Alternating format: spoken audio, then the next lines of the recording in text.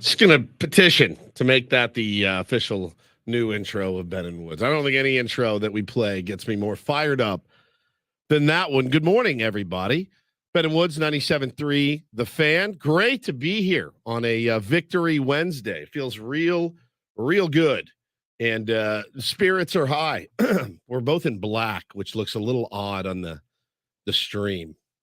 The men in black here, Ben and I. See, does that look weird? No, I think it just looks like we're both wearing black. That's true. It's well, probably the most common color that people wear right now. It's not even a color; it's the absence of color. That's true. It is. Did you know that? The total lack. Yeah. White is every color together. My 5-year-old said, "Dad, black isn't even a color." I said, "All right, you're right again, buddy." I'm Woodsy. That is Italian Paul to my right, Frank Marchese. We call him Italian Paul because he's Italian, and he is filling in for Paul Reindl, which is weird because Paul Reindl, though it sounds German, he's also Italian. So he's the original Italian Paul. So you're like Italian Paul Jr., but your name is Frank. Does that make sense to everyone? Yes. Yeah, absolutely. Yes, absolutely. Crystal clear. So Paul, before he went on vacation, left Italian Paul, Frank, with copious instructions on how to run everything. A memoir. Having to do with the show, the YouTube stream. I mean, Frank came in for a day to shadow just to learn everything that goes on. Paul forgot one very important instruction, though. What's that? He forgot to tell Italian Paul that when the Padres win, he's got to turn the "bout damn time" sign on, because that is the sign that the Padres won the game. So you got to turn on that. There you go. Since we started that bit, I think we've won once. Yeah, right. We don't get to turn it on very much. If we So took there it that is. About damn time thing and threw it out of the window, that wouldn't bother me either. We found it on the promo table back there for country radio. Don't get me started. When I'm working the games, I usually flash it whenever they get a hit and run with runners in scoring position. Just flick. You would have flicked it last night 6 times. a bunch, 6 times, which is fantastic. We will get into all of that. But yeah, it is about damn time that this team got a nice win, and we'll see how it goes, man. We'll see how it goes. People are already in the YouTube chat, as I mentioned. You can watch us there, youtube.com. You can search Ben and Woods. Of course, you know what, man? We're going to be here for you on the house for free. 97.3 The Fan on your radio, on the Odyssey app. Alexa, ask Alexa to play 97.3 The Fan. There's many ways to consume us. Just like the Padres now. Yes. Wow. Many different and somewhat confusing ways to consume both Ben and Woods and the Padres, but you learned how to consume us. You'll learn how to consume the Padres again starting today. Certainly interesting times in the world we live in, and really how to consume media. Can I be completely honest? I wish that I Don't stop now. I was more fascinated by it. It's basically stadium talk to me when we're talking about streaming, and Italian Paul was schooling me on VPNs and stuff this morning. It sounds illegal. It all sounds illegal to me. It doesn't sound above board. There is, we've talked about the boomer that lives deep within me, and he's still there. I was in a full-blown panic last night, almost on the phone with Cox, because I'm a Cox subscriber, big fan of Cox, and I pay a lot for Cox every single month, a fortune, but it's convenient. My Cox is there, it's ready, it's waiting. I turn on Cox, I'm good to go, and there's my Padres on Bally's. I'm good. Well, as we know, things have changed, and I don't like change. I don't like change at all. I'll do it if I have to, but I really am the guy that needs his hand held. That's why I'm glad you're here. Italian Paul this morning, I sat down and he goes, man, all this stuff, and I kind of got a good idea. I go, dude, don't worry about it. Ben's here. Like, Ben's coming in. This is what you're going to get from Ben today. He's going to Ben-splain the F out of this thing. I must have done something right, because when the news broke at about 3:00 yesterday, I called up. I just had finished talking to you. Yep. We were chatting on the phone, and I called up our producers, and I said, this is a pretty big story. People are going to be kind of going crazy about it. And they listened to me, and they put me in as the lead story on all of our newscasts This guy, dude. about the Padres. So we led off with that news at 5 and 6 and 7. Can't see about too well. Is that Dan Rather over Yeah, there? exactly. I like that. So, I knew that whatever the end result was, it probably is going to be a smaller change for most people than it felt like yesterday. I knew that people would be up in arms yesterday. Oh, yeah. That the immediate reaction would be the Padres aren't going to be on TV anymore. No, that's not the case. That's probably what a lot of people are thinking. Bally Sports is going away. I'm not going to be able to watch the Padres. I'm going to have to learn how to cast something from a stream that I have to pay for. Do I have to get an iPad now? I need a password that is going to get me to my Padres games. How am I ever going to watch Padres baseball again? It's not like that. If you saw the Padres game on your television yesterday, there's an incredibly good chance that you will be able to see it again today. Now, it'll probably be on a different channel, and you'll have to find that. But how long does it really take you to adjust to a different channel? No time whatsoever. American Idol used to be on Fox, Channel 5. Now it's on ABC, Channel 10. You figured it out after, 1 or 2 viewings, and now it's old hat again. It will take you a day or two to get used to turning the Padres to a different channel on your cable. Now, if you are a online streamer, there are some different options. There are some paid options that you can go with, and maybe you'll want to look into such things going forward. But ultimately, if you were getting the Padres before, you will be getting the Padres starting today as well, just not on Bally Sports San Diego anymore. For example, on Cox, I think Bally's was like channel 56. Correct. Now it's 4. Right. I just go to 4. Today, game's at 3:40 again? We doing 3:40, that yep, bit 3:40, again? yeah. Sounds weird, but our games are at 6:40, which is the same time that the Marlins games are at. So, It's 3 hours earlier. 3 hours earlier? I have the list here. If you are a DirecTV subscriber, your channel is 694-3. Okay, hold on. That's a little weird, but hang on. What is that sound? It's probably the fan. It's probably the fan over here. Sorry. Is there an ocean near us? Why can I white hear noise the machine? ocean? Yes. Are my kids here again? Soothing sounds. White noise for our audience. I love it. So they were on 694 previously. Yeah. I'm assuming my DirecTV will just have a 694-3 available today. We have it in the studio here. So that's a little weird, the dashes, but still right where kind of around you used to find it. If you're on Cox, it is channel 4. Correct. AT&T Uverse, it's going to be channel 781. Okay. I'm not sure what it was before Nor on am I. Uverse. For Spectrum, it is 305. 305. Those basically cover the main providers in San Diego that were getting the Padres before and will continue to get the Padres now. Well, and I will say, Italian Paul was telling me some stuff. And listen, all of this is really boring foreplay. This is like informational. This is like informational foreplay, which I literally loathe. And streaming talk makes me sick. Padres CEO Eric Greupner is going to join the program at 8:35 this morning.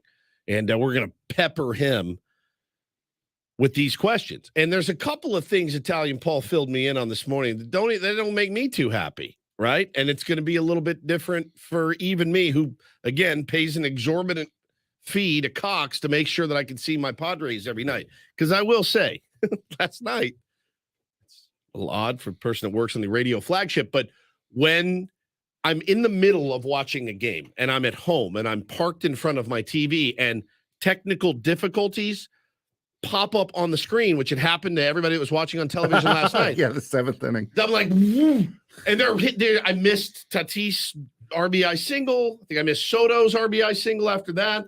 And I'm listening to Jesse, by the way, who was on the verge of death, it sounded like last night. I texted him. I said, thank you again for coming on our show, because he's RBI. It's Padres scored 4-3. He was definitely and I'm like, under the weather yesterday. God.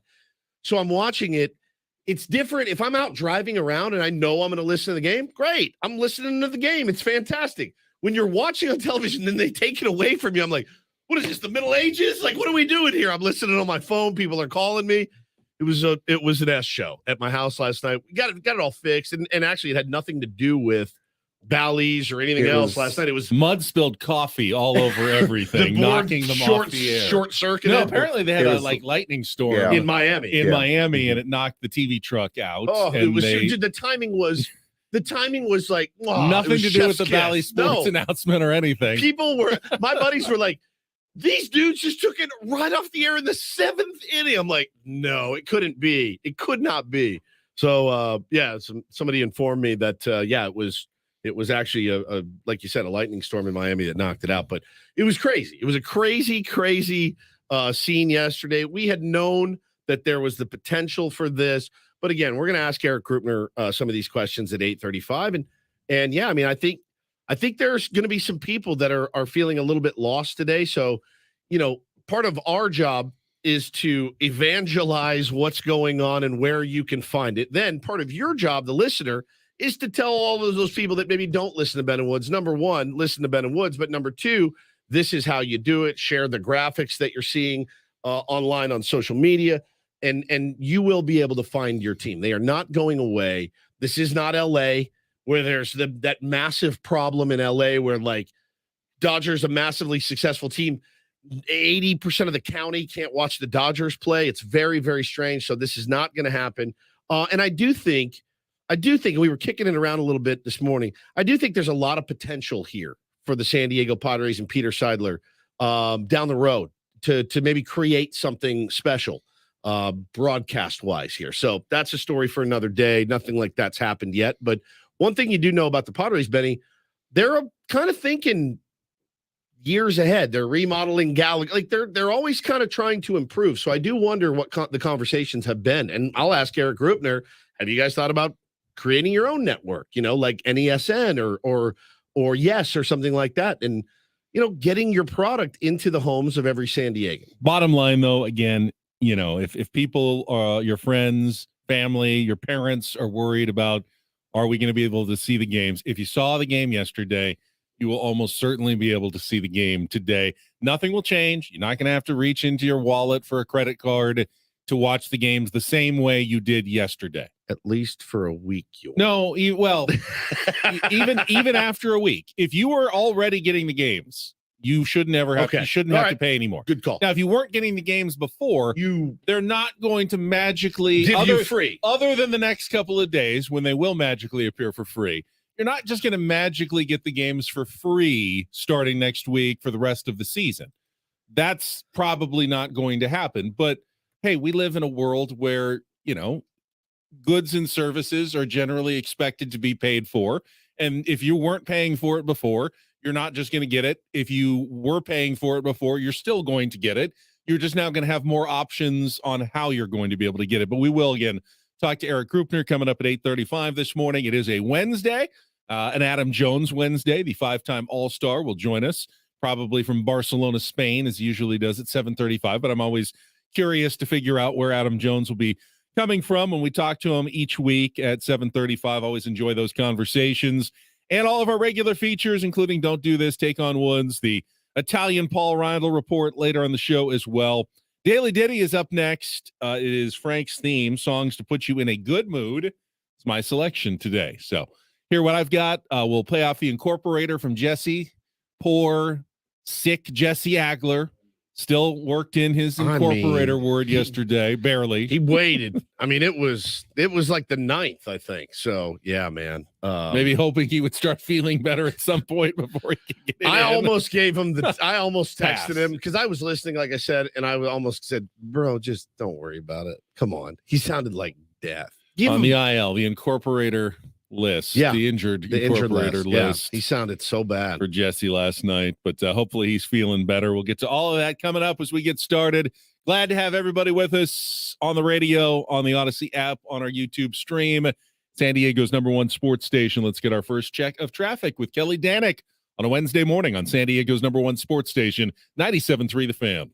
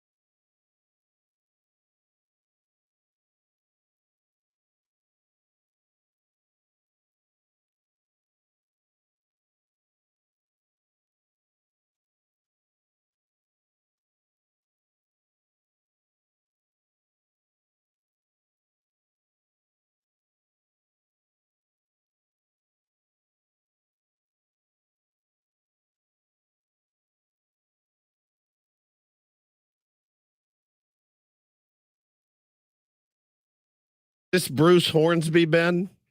No range at all here. No? This is Steve Winwood. Oh, same thing, pretty much.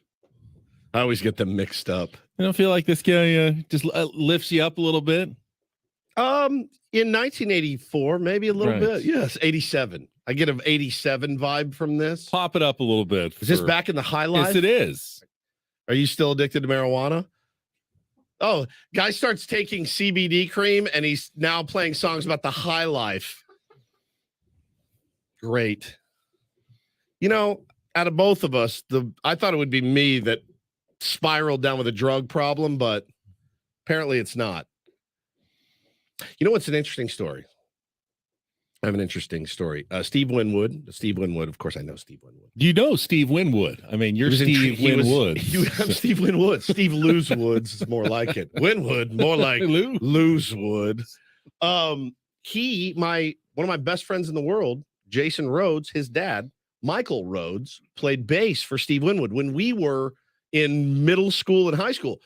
He's a phenomenal guitar player. He owns a popcorn company now, but he lives in LA. Like all the different flavors. Yeah, Bohemium is the name of their popcorn, and it's really good. It's Cheddar, fantastic. kettle, caramel as well. caramel corn, yeah. corn. But he used to get we were in 7th grade. We played in a band together, and he was like, "Hey, I got a Les Paul." I'm like, "Hey, you have a $4,000 Les Paul?" He's like, "My dad." Because he would get all this stuff for free because he was Steve Winwood's bass player. So pretty interesting story. And I was like, oh, well, it's too bad that music's terrible. But it's a good gig for him, right? I mean, I played with him for years. Michael Rhodes was his name. More digs on my daily Liddy selection. It's okay. It's what we do. Hey, it's songs to make you feel good. I'm in a terrible mood. Terrible. I listened I told Italian Paul this, and he got a little bit mad at me. He said, you have to live and let live. And I said, you're right. But I was driving in this morning. I was on Apple Music, and I saw the top 100 songs in America right now, and I was curious. And the first song was a rap song I had not heard before. J. Cole was on, and I love J. Cole, so I listened to that. I was like, oh, that's pretty good. Number 2 song was Morgan Wallen, and I've found that I don't know of an artist that can put me in a worse mood than Morgan Wallen. So I'm in a terrible. I felt like I was living in a simulation when I heard it, and I went, "That's the number 2 song in America," and it was. We let the liquor talk, something about we let the liquor talk last night, and it really set my day up poorly. So I'm trying to get through it. Steve Winwood just made it worse. Now I'm here. I'll take the Steve Winwood blame, but you searching through the top songs in America, that's all on you, buddy. That is. I did it to myself. You've got to know that at age 48, that America's tastes are probably not going to be your tastes Not aligned anymore. No, it's not like when you were growing up and what you thought was hot when you were 23 is what America also thought was hot. No doubt. It doesn't work that way anymore. How does it go? We play a little taste. We could go back to Sam's daily ditty pick that one day where he co-hosted the show. Backstreet Boys or something. We could go back to that if you want. This is killing me. So yeah, it really ruined my day. I'm sorry. He's awful. I'm sorry. That's okay. Let's before we get to our Padres wrap up, let's pay off our incorporator from yesterday. Jesse Agler joined us on the program as he does each and every Tuesday. Gets his incorporator word. Do we have the setup or just the payoff here, Frank? We have both of them. All right, here's the setup. Woods giving him his incorporator word for last night's broadcast. It is Woods' turn this week to challenge you, Jesse, with our incorporator word. Funny word, weird definition in a baseball game. The word is bow yang. Have you ever heard of a bow yang? I don't believe so. It's a piece of cord, rope, or leather. It's tied around the person's lower legs. Ben, what did you say it's used for? It's used mostly in Australia or New Zealand to keep dust and dirt from getting into your shoe area. Yeah, probably you put insects as well. You put a bow yang to, tighten your lower pant legs to prevent stuff from getting in there. Yeah.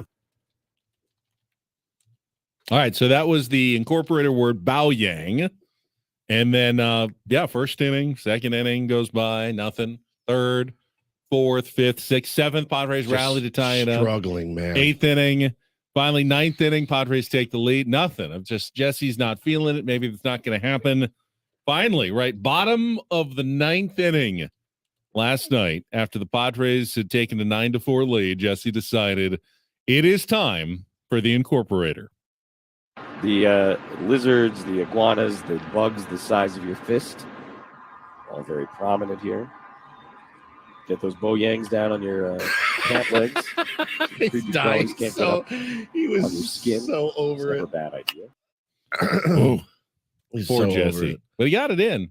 And, keep little creatures or dust or dirt out of your socks and shoes by tying that baoyang around your pant legs. I felt so bad for him, man. I really did. I texted him yesterday and I go, man, like I said, thanks for coming on. You didn't sound great. I said, our jobs are the most fun jobs in the world. I said, if you are at about 85% or better, if you're anything below 85%, this job, we've said it before, this isn't construction. This isn't building a road. We're not laying bricks in here. It's not hard manual labor. So I get that. But when you're feeling less than 85%, it's one of the worst jobs you can have. Coming in and having to be like, hey, so-and-so was really on the fastball last night, and Jesse too, trying to call the action. You would hear these long, long pauses because he couldn't talk. He had no voice. And he goes, dude, you're right. He goes, and honestly, this whole season I've felt below 85%. So trying to get through it. Yeah, with this job, you can't I'm going to catch up on paperwork Yes, today. yeah. Sit quietly I'll do in the some office. emails.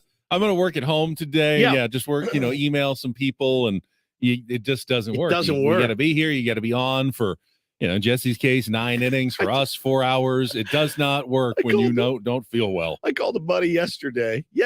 He started a new job maybe a month ago, maybe. And I go, how's it going? He goes, good. Don't really feel like working today. I'm working from home, just checking emails and texts. I'm like, that's good for you. That's really productive and good for you, pal. But yeah, you can't do that here. You can't do that with Jesse's gig. I wonder, he sounded so bad. I wonder if they'll go to the bullpen tonight. Tony didn't sound great either, but Tony sounded way, way better than Jesse. And Jesse said yesterday on our show, he said everybody on the plane was sick. And I don't know if that means the team. But yeah, it was. Everyone looked a little languid last night for sure. Yeah, Bob is there. Bob's there. With the team. Just He pinch hits for Jesse, but with all the chaos on the broadcast, I don't know Who knows? now. There's a lot of everything's going to look like tonight. There's a lot of futures up in the air. And listen, that's one thing. Thanks for bringing that up. The media business in 2023, as it's always been, is challenging. And I don't want to see I would hate to see anybody lose their gig in media. If it's a competitor, I still hate it. We are it's a fraternity. It really is. And you can have your beefs with people and things like that. It's such a tough thing when something like this happens. So I want to get, the futures of many people that we know, many people we've had on this show are up in the air right now. So I just want to hold a good thought for all those people, because this business will eat you up. I mean, it can absolutely eat you up. Frankie, you're young. You can get out right now if you wanted to, but it's pretty fun. If you can wait until 10 o'clock. No, yeah, wait till 10. Not now. I mean 10. And then there's no backup plan here. And Tony was saying on the broadcast that Tony, and I think he said Mark Grant had it in New York, and now they've kind of transferred it back to the partners. Yeah, perfect. So hopefully everyone's feeling better today, got a little rest. But yeah, Jesse, I appreciate him knocking that out of the park for us, as he always does. Well, a win certainly makes everybody feel a little bit better than a loss. We will wrap things up from yesterday's game. Come from behind victory. Haven't seen a ton of those for the Padres this season. Man, that was impressive. And a big inning and a late rally. All good stuff. We'll break it down with our Padres wrap up. Do that coming up next with Ben and Woods on San Diego's #1 sports station, 97.3 The Fan.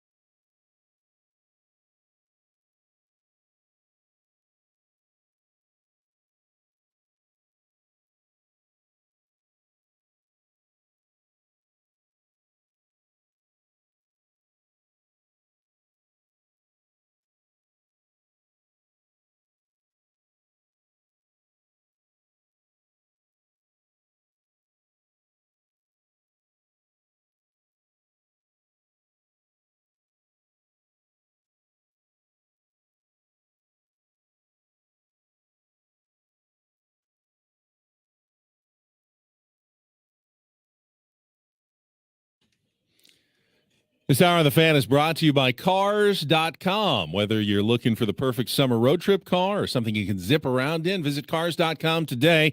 They have over 2 million cars for your 2 million summer possibilities.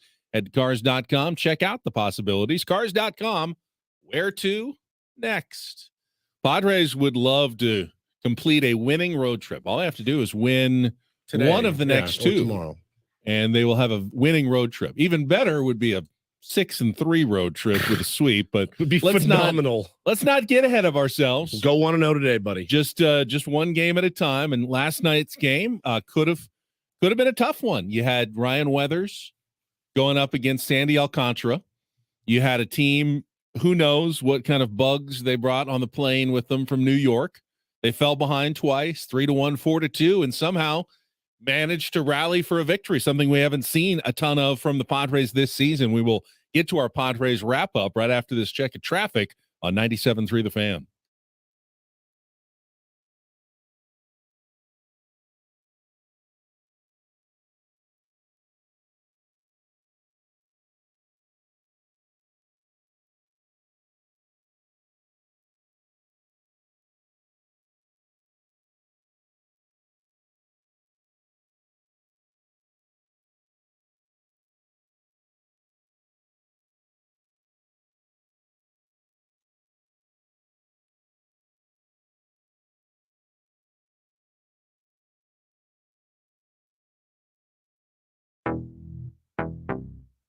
Miss any of yesterday's Padres game? What's the matter with you? Forget it. That one is gonna go. We've got you covered, though.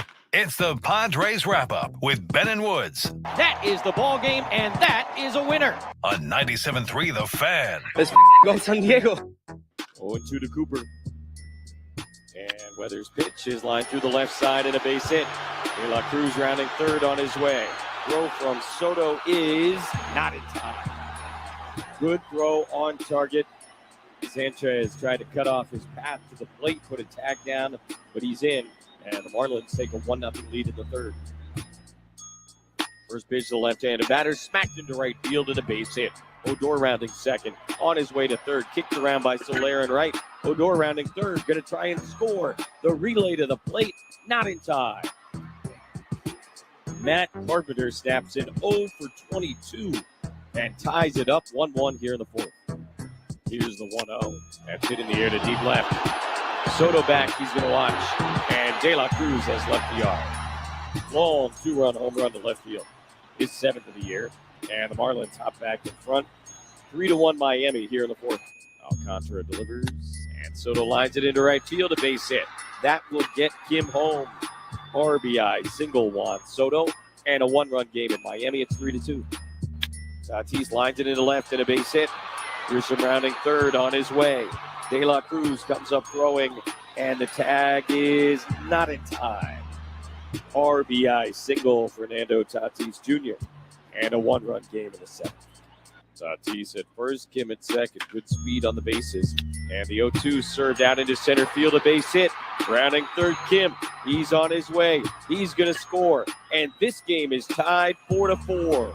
That is Juan Soto at his finest. Let's see how it goes. Here's the 0-2. Soto runs. Bogarts bounces one up the middle into center field and a base hit. Fernando will score.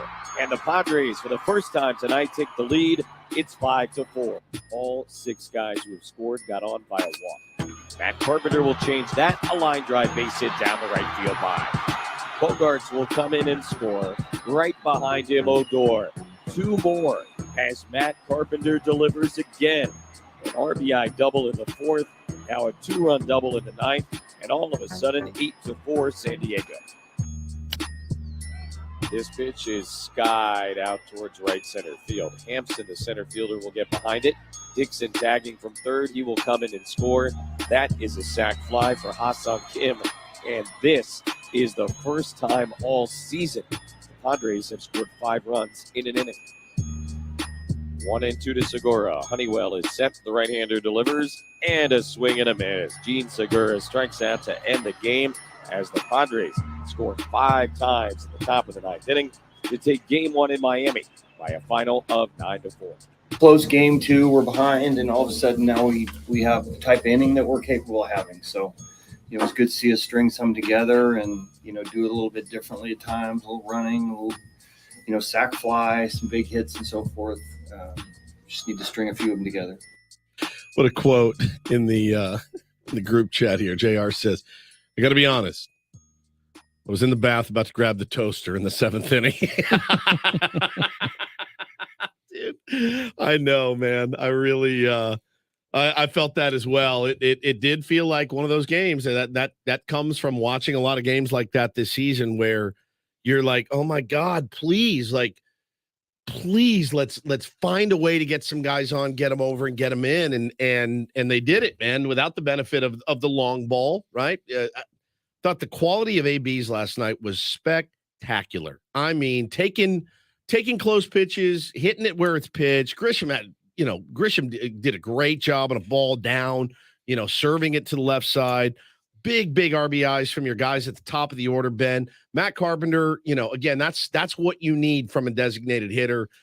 Big night for him, obviously, and the bullpen came in, did their job as well. A really, really solid win against, again, Sandy Alcantara is one of the best pitchers in baseball. He's not pitching like it last night, but you saw early in the game, I mean, a 92-mile-an-hour changeup that just dives out of the zone. You're like, oh my God, tonight could be really, really nasty. But walks got him, and I thought the walks were going to get us from Tapia. I thought that was going to be the death knell for us last night, and it wasn't. Timmy Hill comes in, does a great job getting the best hitter in baseball to ground into a double play. Padres win.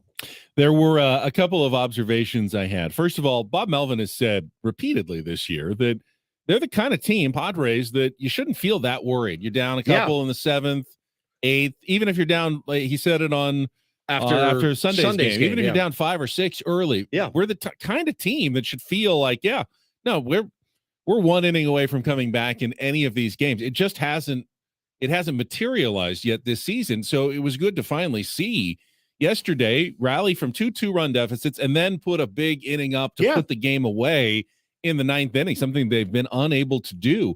But what was interesting, Jesse mentioned in one of those calls, the first 6 runs of the game, I hadn't even realized, all got on base via the walk. Yes. And then came around because they got some hits with runners in scoring position. 6 of them last night. That's a week for the Padres right now with hits with runners in scoring position. That's how they constructed this team. Guys who get on with a walk, but then other guys who can bring them home by driving the ball hard. It's almost kind of stunning that it hasn't worked out better so far this season, but that game was encapsulated. That's the design for the Padres. Get on base however you can, including lots of walks, and then, hit some balls hard, whether they're home runs or doubles like Matt Carpenter's, drive those guys home and turn those into, 6, 7, 8, 9, 10-run games. Padres scored 9 last night and win it 9-4. They got production throughout the order. Jake Cronenworth was the only guy who didn't have a hit, but I don't know if you stayed tuned after the game when Bob Scanlon chatted with Xander Bogaerts. No. And Xander Bogaerts, without even being prompted, he said, tomorrow I predict Jake's going to have a big game. I know he had a rough day today. I think he was the only guy who didn't get a hit.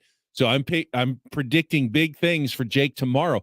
I love to see that from one of the newer guys on the team, keeping all of his teammates kind of close in mind and wanting everyone to contribute, and knowing Jake probably feels kind of crappy that he went 0 for 6 and struck out 3 times when the rest of his guys were scoring. And he said, I know Jake's going to have a big game tomorrow because he doesn't have bad games back to back, and he had a tough one today going 0 for 6. He I love that. Brought that up on his own. I thought that was really interesting and notable. He also was asked about the Tim Hill moment when he came in, and I thought Xander was in. He said, I kind of forgotten about that, but that was such a key to the game, was getting out of that inning and who he got, getting a rise, who, by the way, hit it hard. Yeah. And he sprays it all over the field. The fact that the Padres were in the exact right position to turn that double play, great job. I mean, great job knowing, the odds and where to put your guys, because they were in a little bit of a mini shift there.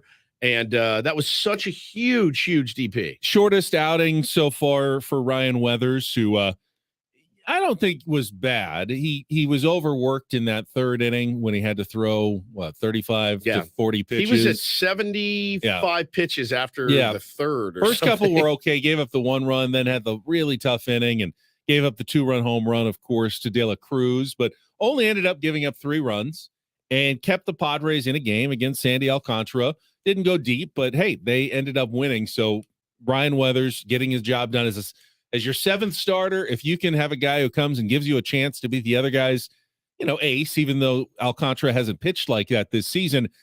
Yesterday, what did I say yesterday on the show? This is the kind of game I did. It was 4 hours. Yeah. I did say this is the kind of game that can get you on that track. can get you going, because if you win that one, you feel like, okay, well, what can't we win now? Right. We beat their number 1 guy with our 7. We should be well set up going forward after a game like that. Hopefully the kind of game that starts a little bit of a winning streak, something, again, the Padres haven't been able to put together this season. I don't think they've won more than 3 or 4 in a row all year long. Is that 3 the maximum? Max. You've got to be able to at least string together a 5 or 6 gamer at some point. I thought this team was going to have multiple 9 to 10 game winning streaks over the course of this season, and they haven't even come close to anything like that so far. So maybe, that's the kind of game that does get you jump started. Yeah, I liked what I saw last night. I really loved the ABs from most of the guys last night. I really, really did. All of the Juan Soto doubters, it's time to repent for your sins, because you're seeing him. I mean, big hits, clutch hits, knocking in runs, taking walks, getting on base. Repent. Might be the best player in the National League right now. No I doubt. won't say baseball just because Aaron Judge is so hot right now. Insanely hot still as well. Hit his 18th home run last night. Saw him obviously over the weekend against the Padres, but he is just continuing to. He's making defensive pick up where he went off and, last season. He's so good. I mean, imagine Padres tried to sign him. Imagine him in this lineup right now would be kind of insane. But Juan Soto could be the best player in the National League at the moment. He's white hot. He has been playing so well. What did you think about the debut, though, of Gary Sanchez behind home plate? I texted you after he boxed one. He at one point, and I'm amazed they did not advance on a pass ball. So Birdie, I think, squared around a bunt and gotten Sanchez's line of sight, and he boxed the ball, but he has this weird sleeve on to cover his finger that sticks out of the hole. I thought it was pitch calm for a second. Buddy, you know what I thought it was? I thought that the ball shaved a part of the bat off. I thought Birdie got bat on it because it's the same color as the bat.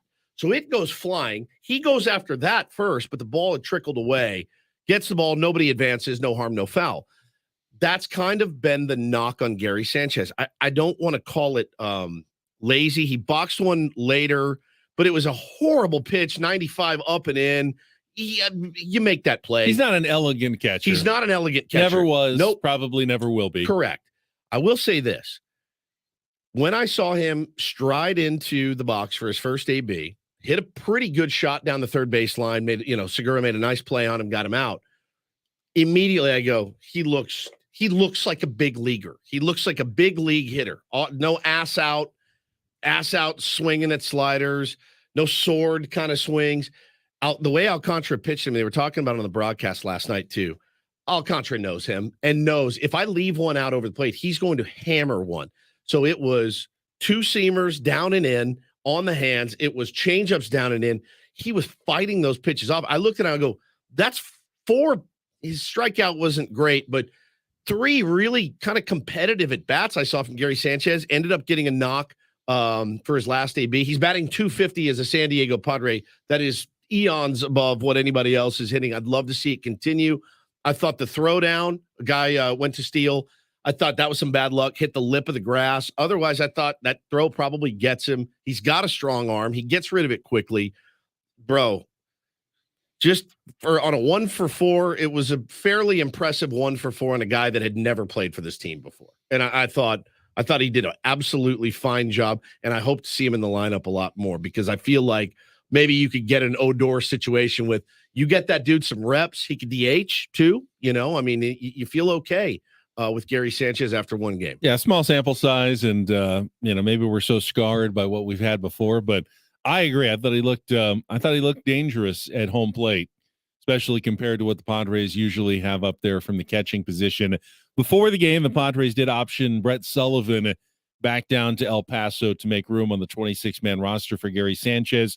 So Austin Nola is still there. We talked a little bit about yesterday how, keeping Nola gives you that guy who hopefully, if Sanchez needs to talk about, pitchers and how they're going to approach games, Nola can, as a good teammate, help out his new guy. I know that's always a little bit more of a interesting dynamic than you might think, but these are professional players, and sometimes you put your own ego aside to help out a teammate in the cause of winning games. And even though he's trying to take your playing time, it's going to be up to Austin Nola now to get Gary Sanchez ready to play some of these games and catch some of these pitchers going forward. That's a really good point. And you asked me yesterday if I thought it would be Nola or Sully, and I said, it should be Nola.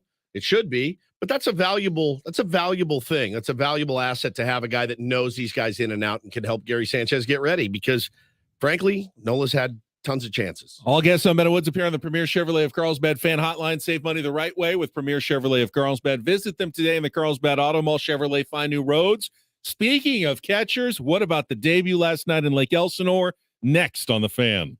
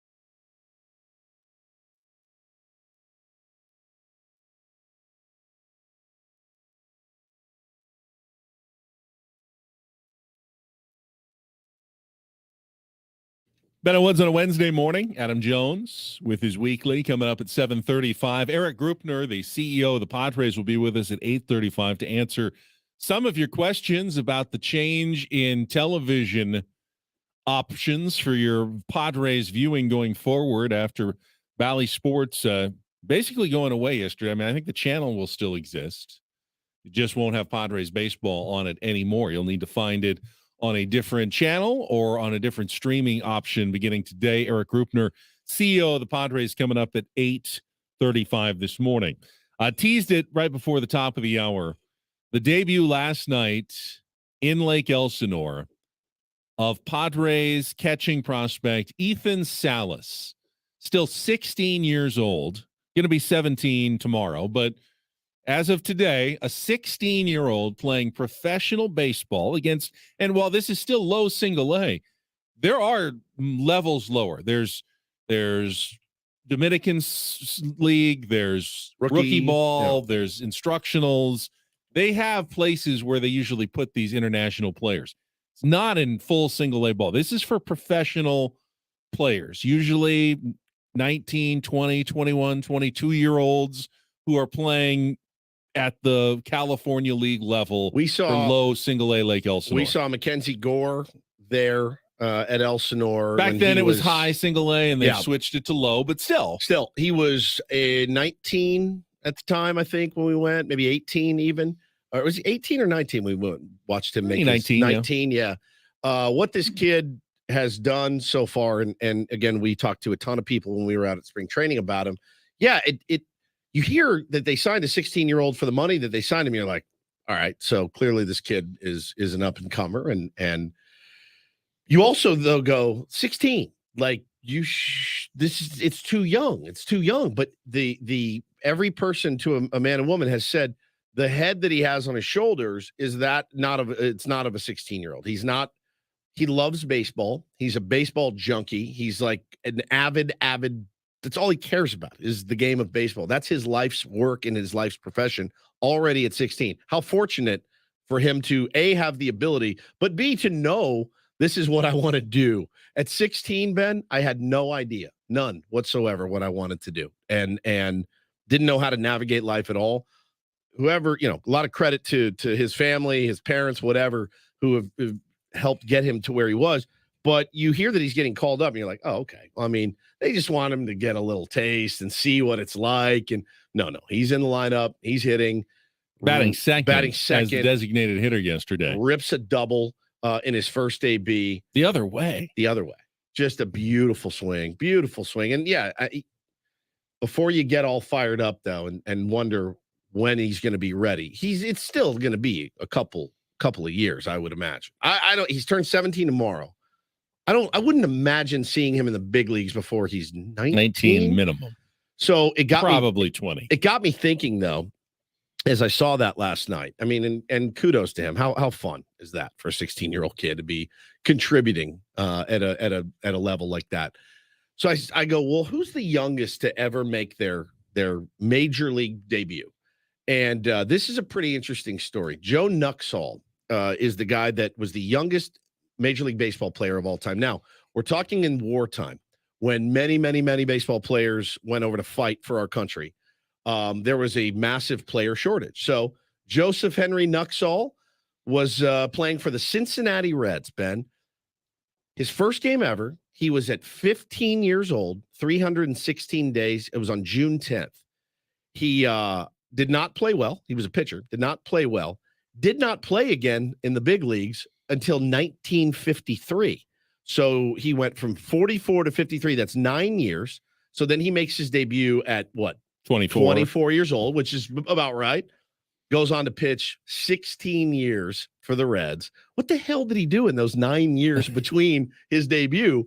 And then joined the Reds broadcast team, was with the Reds his entire life.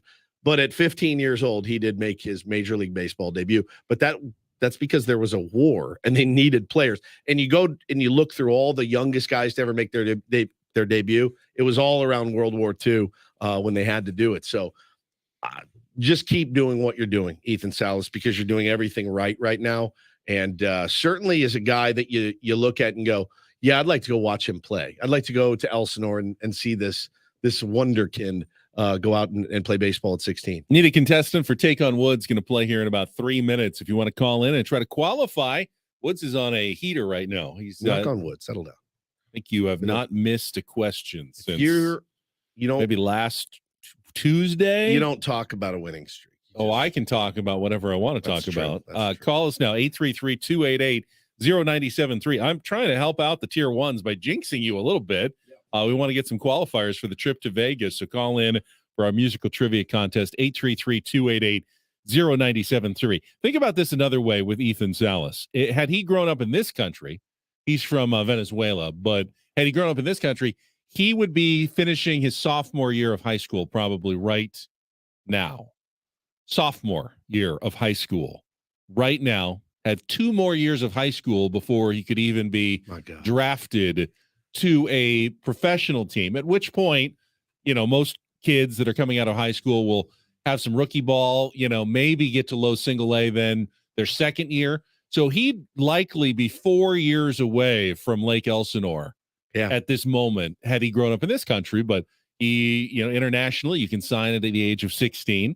He did. Someone tweeted me, goes, does he go to school while he's doing this? I go, no, he doesn't go to school. He's a professional baseball player now. I do think the Padres in their minor leagues, especially for the younger guys and international guys, they do provide some classes. He's an English speaker. Yeah. He's, like you said, he's got a really good head on his shoulders, but they help these kids out in terms of, culturally and things like money management, just, whatever they can. You don't have to. You're a professional at this point, but I would think that he's going to take advantage of whatever the Padres have to offer for their younger international players growing up. But, that a lot of that is done in the Dominican at their academy there.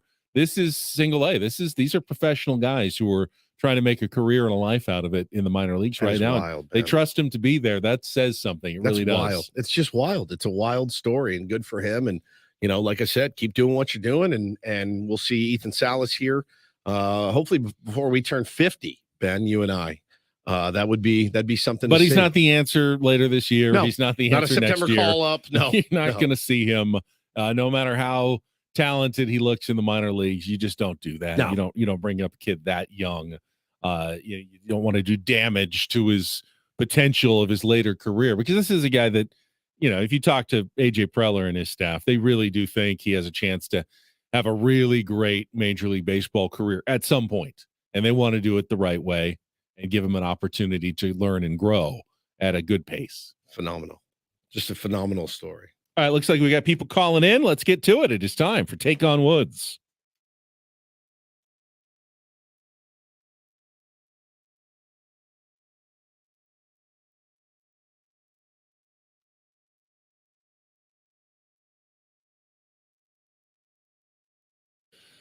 All right, let's go with Paul. I see all you calling in this morning. Paul, you're the lucky, or who knows if Woods continues his streak, unlucky contestant today, but you can't win unless you play the game. Good morning, Paul.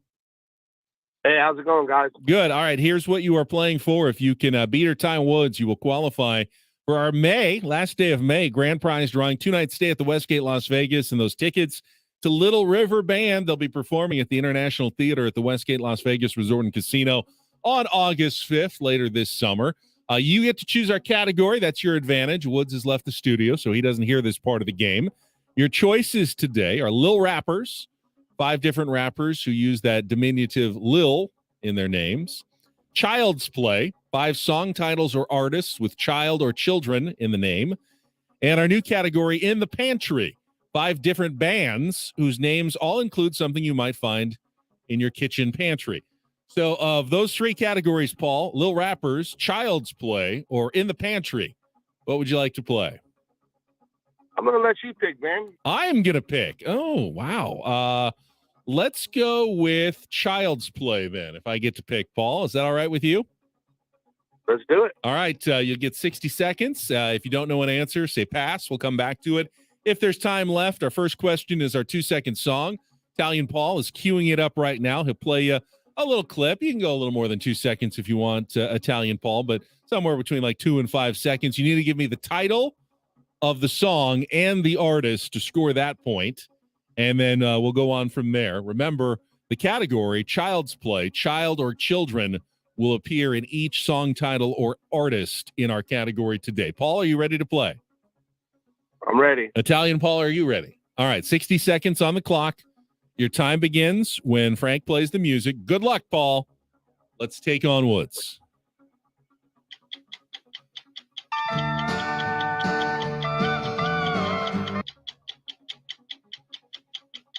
Pass.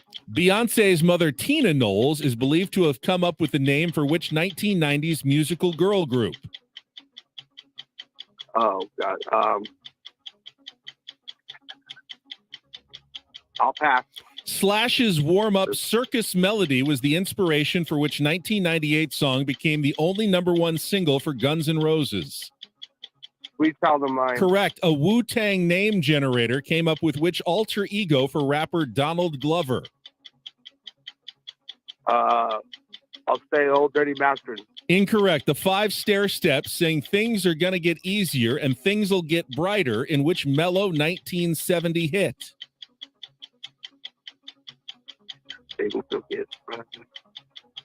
Son of a gun. I'll pass. All right, go back to our 2-second song. Oh, no, time is up. Sorry. You got the one, though, Paul. Hang on the line. Yeah, Destiny's Child was going to be Beyonce's group that her mother came up with. Teach Your Children by Crosby, Stills, Nash & Young was our 2-second song. Childish Gambino is Donald Glover. That's the Wu-Tang name generator. And our 5 stair step song, Ooh, Child. Things are going to get easier. Ooh, child.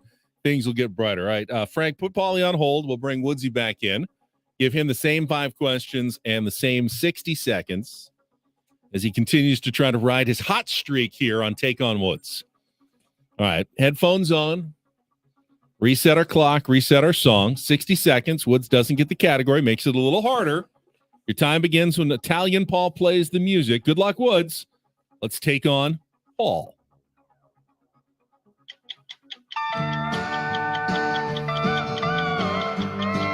I'll come back to it, Pass. Beyonce's mother, Tina Knowles, is believed to have come up with the name for which 90s musical girl group? She was in, oh God. Pass. I'll come back. Slash's warm-up Circus Melody was the inspiration for which 1988 song that became the only #1 single. Sweet Child of Mine. Correct. A Wu-Tang name generator came up with which alter ego for rapper Donald Glover? Childish Gambino. Correct. The 5 stair steps saying things are going to get easier and things will get brighter in which mellow 1970 hit? Ooh, Child. Correct. Let's go back to our Destiny's 2-second song. Child. Correct. Let's go back to the 2-second song. I know it. Something child.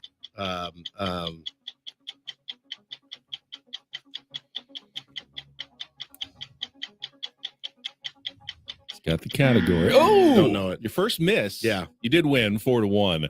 That was Teach Your Children by Teach Your Crosby, Children. Stills, Well, Nash, okay. and Young. But another win for Woods. Ooh. Just the tiniest of slip-ups Ooh. today on the 2-second song. Yeah. Category was Child's Play. You Child's figured that out. Play. Yeah, Destiny's Child, Sweet Child of Mine, Childish Gambino, and Ooh, Child. Good questions. Thank you. Welcome. Paulie let me choose the category today. Oh. Maybe I didn't choose a good enough category for him since he only got the one. Thought of Destiny's Child after the buzzer, but another win for Woods as we wrap up the month of May in Take on Woods. I wish the Padres could go on a streak like this. Yeah, you Yeah. are hot right Yeah, now. I wish you they need to could. transfer some of that energy. I'm trying. I'll do whatever it takes. Over to our San Diego Padres. All right, Don't Do This is coming up next. NCAA baseball tournament begins this week, but one of the regionals has a very unusual problem.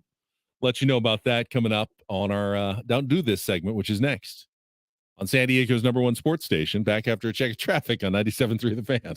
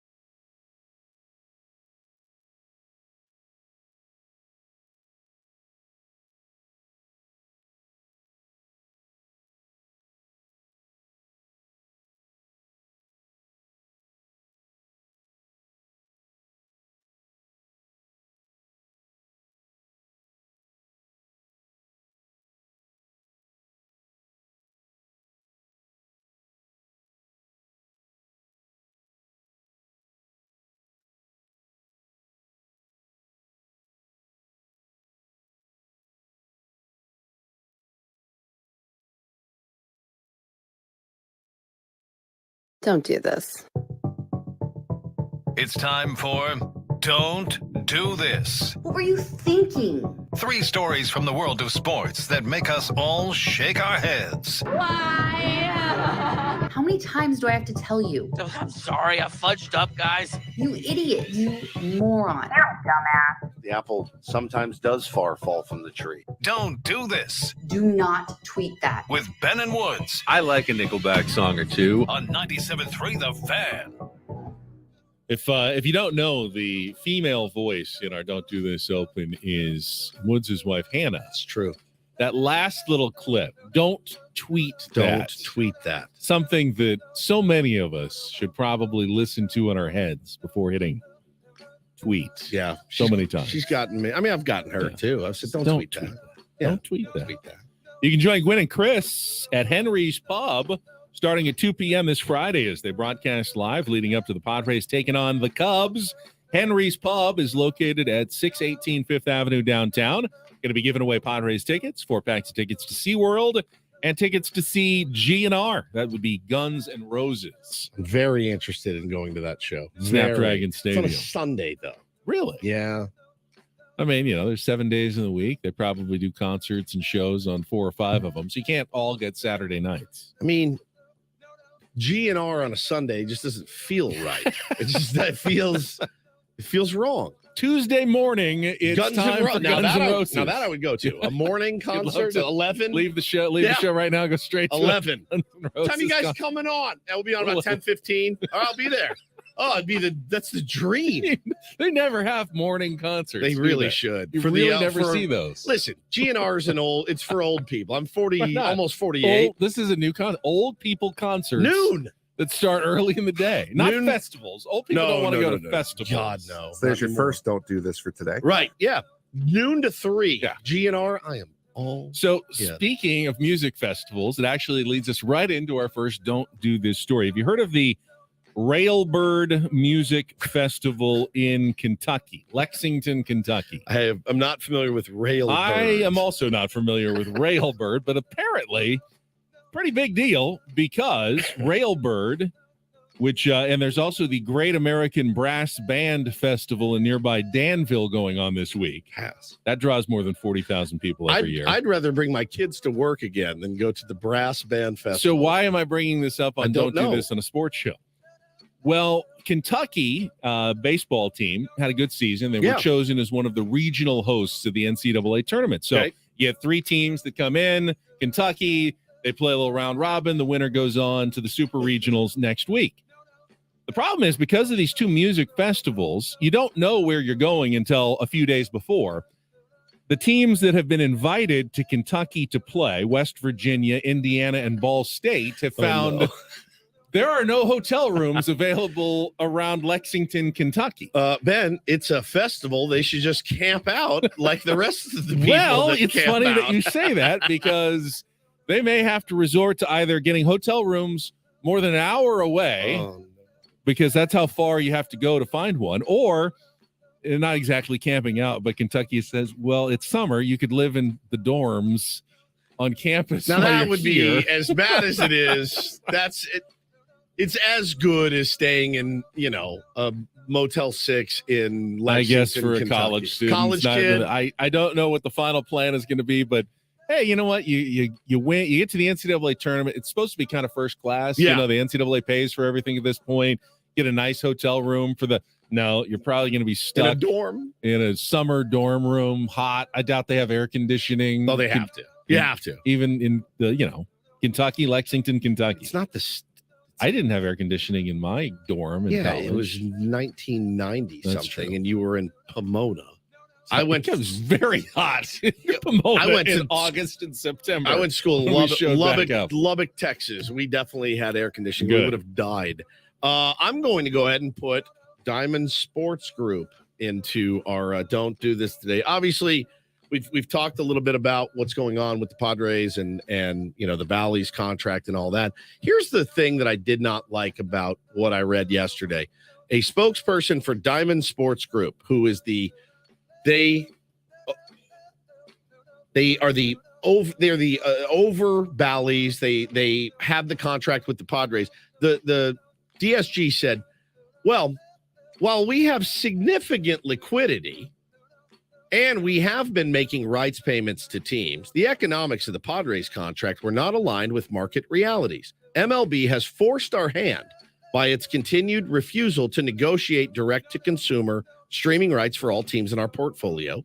Despite our proposal to pay every team in full exchange for those rights, we are continuing to broadcast games for teams under our contract. So it sounds to me like DSG signed a deal, then they weren't happy with the deal, so now they've reneged on their deal.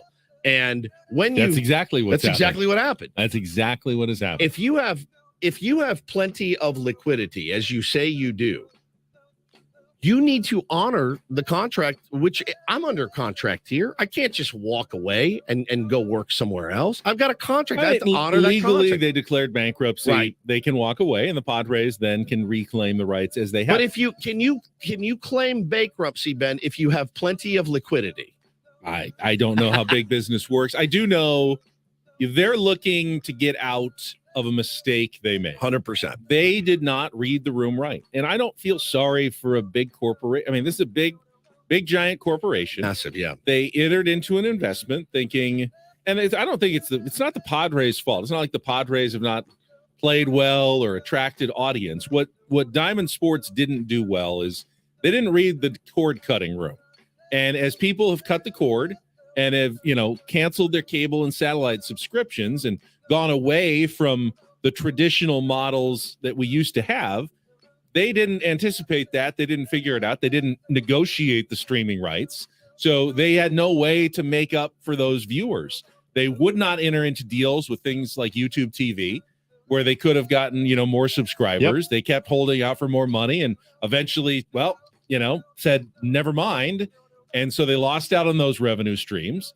And apparently, they say they've been losing about $20 million a year on the Padres deal, which, if you're bankrupt, you probably need to get out of deals where you're losing $20 million a year. I get that. But it was their own fault and their decision to get into that deal. Why are they putting it on Major League Baseball and they want Major League Baseball to bail them out, give them the streaming rights so they can charge consumers directly and keep all that money? And Major League Baseball goes, no, those are our rights. Yeah, why would we just give them to you to help you, out of your bankrupt situation? What a headache. What a headache. All right, finally do this for a Wednesday. One day after Lamont Butler announced his return to San Diego State for his senior season, Jaden Ledee followed suit. Was a little worried just because there was no announcement. So panicked yesterday. But Jaden Ledee, the 6'9" forward, did a post that he was coming back. The Aztecs, in a release, said he will be returning for his senior season, withdrawing his name from the NBA draft. And I wondered what happened. I figured it out yesterday. I think they just split it up so they could each have their own little day. Taste, of course. Well, I did a story on Lamont Butler. I did a story on Jaden Ledee the next day. He got his own little moment in the sun, of course, to come back to San Diego State.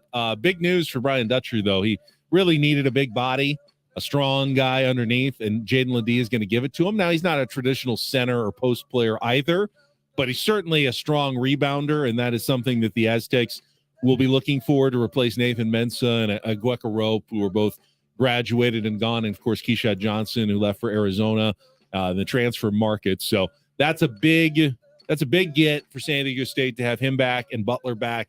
Will probably make them favorites again in the Mountain West Conference and hopefully mean another trip to the NCAA tournament for San Diego State. It begs the question: if we end up signing a new deal, can I do my own? One day, I want my Woods day. has signed a new deal to stick around with 97.3 The Fan. And then everyone will panic. Why has Ben not done a deal? Right. And then the next day I'll announce my deal with 97.3 The like Fan. That yeah.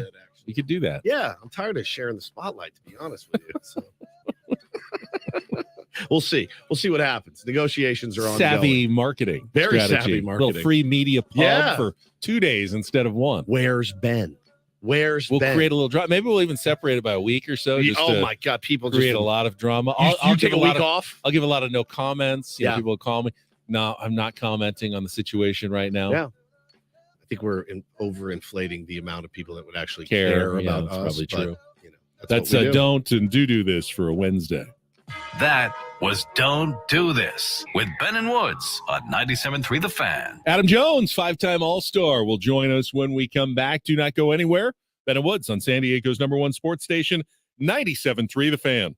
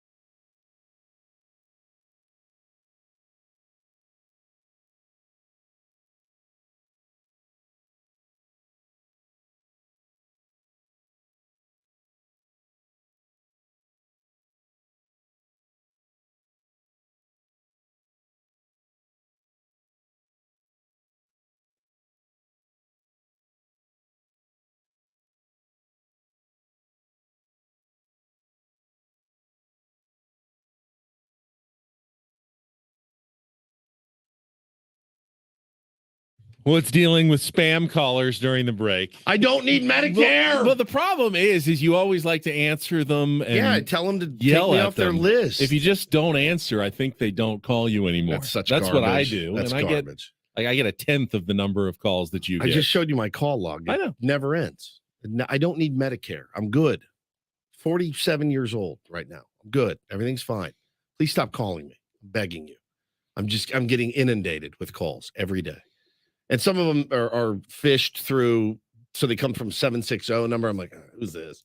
I answer, hello, this is Amber on a recorded line. Can you hear me? Just murder. I'm so over it. Just go into your phone settings and block all unknown I calls. don't think that works. It does. I don't trust me. I don't. You'll miss a few people if you but I'll don't miss have the people. known Like I got numbers. kids in but school and stuff. I can't do that, Frankie. Save them. Save the number. It's a lot of work. I'd rather just bitch about it on the radio, to be honest with you. Fair enough. We're still trying to get Adam Jones on. I When just we do, texted though, him. So When we do, though, I'd like to go through the first third of the baseball season now complete. it is now official for our You San got some Diego surprises. Padres. You get some disappointments, not just for the Padres, but around Major League Baseball. We'll get to all of that coming up. First, this hour on Ben and Woods is brought to you by SC Johnson Raid. The new Raid Essentials Light Trap uses light to attract and then trap flying insects like fruit flies and mosquitoes, turning your home into restricted airspace. For insecticide-free protection that's people and pet friendly, get new Raid Essentials Light Trap. 1/3 review of the MLB season, and hopefully Adam Jones coming up after this check of traffic on 97.3 The Fan.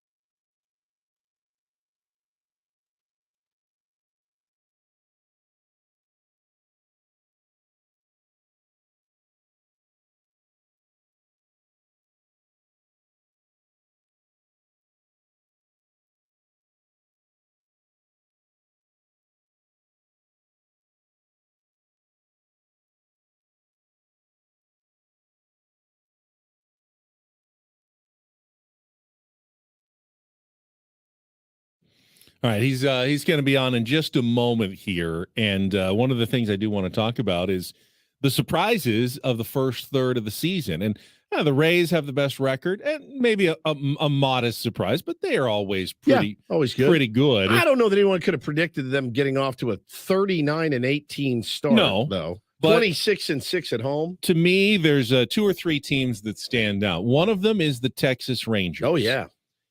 Bruce Bochy as manager of the Texas Rangers, they have played really good baseball, like legitimately good baseball. 35-19 over the first couple of months of the season. Now, is that Bruce Bochy, or is that the fact that they've gotten in some insanely good pitching from guys like Nathan Eovaldi, John Gray? I mean, what did Bruce Bochy do to come in and fix the pitching staff for the Texas Rangers, who've overcome, by the way, injuries to Jacob deGrom and still chugging along here at the top of the AL West, where no one expected them to be at this point in the season? By the way, their run differential's plus 132. Oh, very, very legit. mean, really they good. Are they're getting good pitching, good hitting. Corey Seager just got back. He was injured for a while as well. Now he came back with authority, and they're kind of this sleepy, unknown. No, my buddies in Dallas still don't even care. I'm asking, hey, you watching the Rangers? Nah. What? Stars just wrapped up and Cowboys seasons. I'm like, you're kidding me, man. This is a really good baseball team you guys have out there, and no one's watching. So pretty wild. But yeah, they're getting it done. Now they have stars. They have spent money. Some of the guys did not play well last year, and some of those guys are feeling more comfortable now and playing really well, and they're getting contributions from other guys that have come up through their system. Adolis Garcia is really, really good player. So they're doing it the right way right now, man. And yeah, I think you do have to give credit to Bruce Bochy for coming in and after being out of the game for so long. You know, that was the question about Boch. Would he be able to step right into this new era of modern baseball? So far, so good, man. And they really like playing for him. Never really worried about Bruce Bochy, stepping back in. I just didn't know if the Texas Rangers had the talent, had the pitching especially. But yeah, they put it together. Another American League surprise, hanging with the Rays at the top of the AL East, the Baltimore Orioles at 35-20 so far this season. That's built around a homegrown star in their catcher, Adley Rutschman. A very impressive start for the Baltimore Orioles this year. 35-20 for them. Playing in a really, really tough division that everyone's above 500 in the AL East right now. They did a little piece, Ben. Guess where? Guess where I read it yesterday? You read it at The Athletic. In The Athletic. Yes. Your new toilet scroller. I just peruse The Athletic all day since I'm not on Twitter. Ken Rosenthal did a piece called Ken's Corner, Tough Start, and listed the sorry 7 of Major League Baseball. And what he was basically saying is, look, 7 of last year's 12 postseason teams, at some level, they are a disappointment. Now, not everybody. We keep hearing about the 2019 Nationals, the 2021 Braves, the 2022 Phillies. We've said it on this show, Ben. Not every team's going to start 19-31 and come back and win a World Series. It can be done. There's evidence that it can. These are the sorry 7 in Major League Baseball right now. He's got the Mariners at 28-26, the Blue Jays at 28-26, the Mets at 27-27. These are all updated, not updated from yesterday's wins and losses. Phillies, Padres, Guardians, and Cardinals. All teams that were in it last year have gotten off to a bit of a slow start. Yeah, I mean, that's fair. Yeah. The Phillies right now have the same record as the Padres, 25-29, but the Phillies have a -40 run differential after their win yesterday. The Padres are dead even. They've scored 223 runs, which isn't very much. They've allowed 223 runs, which is also not very much. That's pretty good. They've gotten decent pitching so far this season. All right, Frank, if you would, we have dialed him up on the phone. Some intro music for Mr. Adam Jones. And out we go to our premier Chevrolet of Carlsbad fan hotline. For some reason, I don't know, Frankie doesn't. Every time we have Frankie here, the Zoom stream with Frankie, Adam doesn't seem to work so well. To him. I'm sorry. No, yeah, he admitted it himself. Well, Elton John over here. It's not working. Well, you got him on the phone though. Adam, good morning to you as always. Welcome.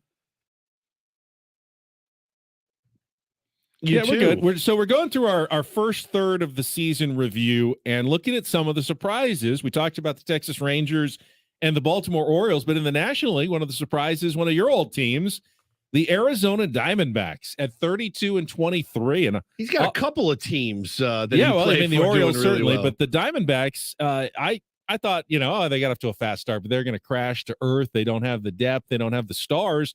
They've played pretty consistently well now. They're hot again throughout the season. What are you seeing from these Diamondbacks, and do you think it's sustainable for the second and thirds of the season coming up?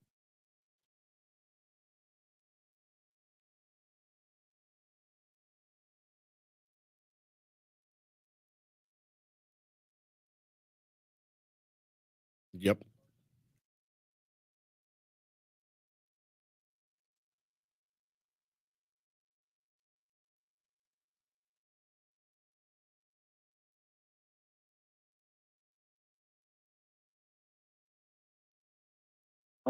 So they have a really, really good team. And again, with the new rules with the shifts and with the stolen bases when you can only pick up twice, the more athletic teams you can see are benefiting more because they're running the bases, they're trying to put the ball in play more, to where when you have more foot traffic, things can happen.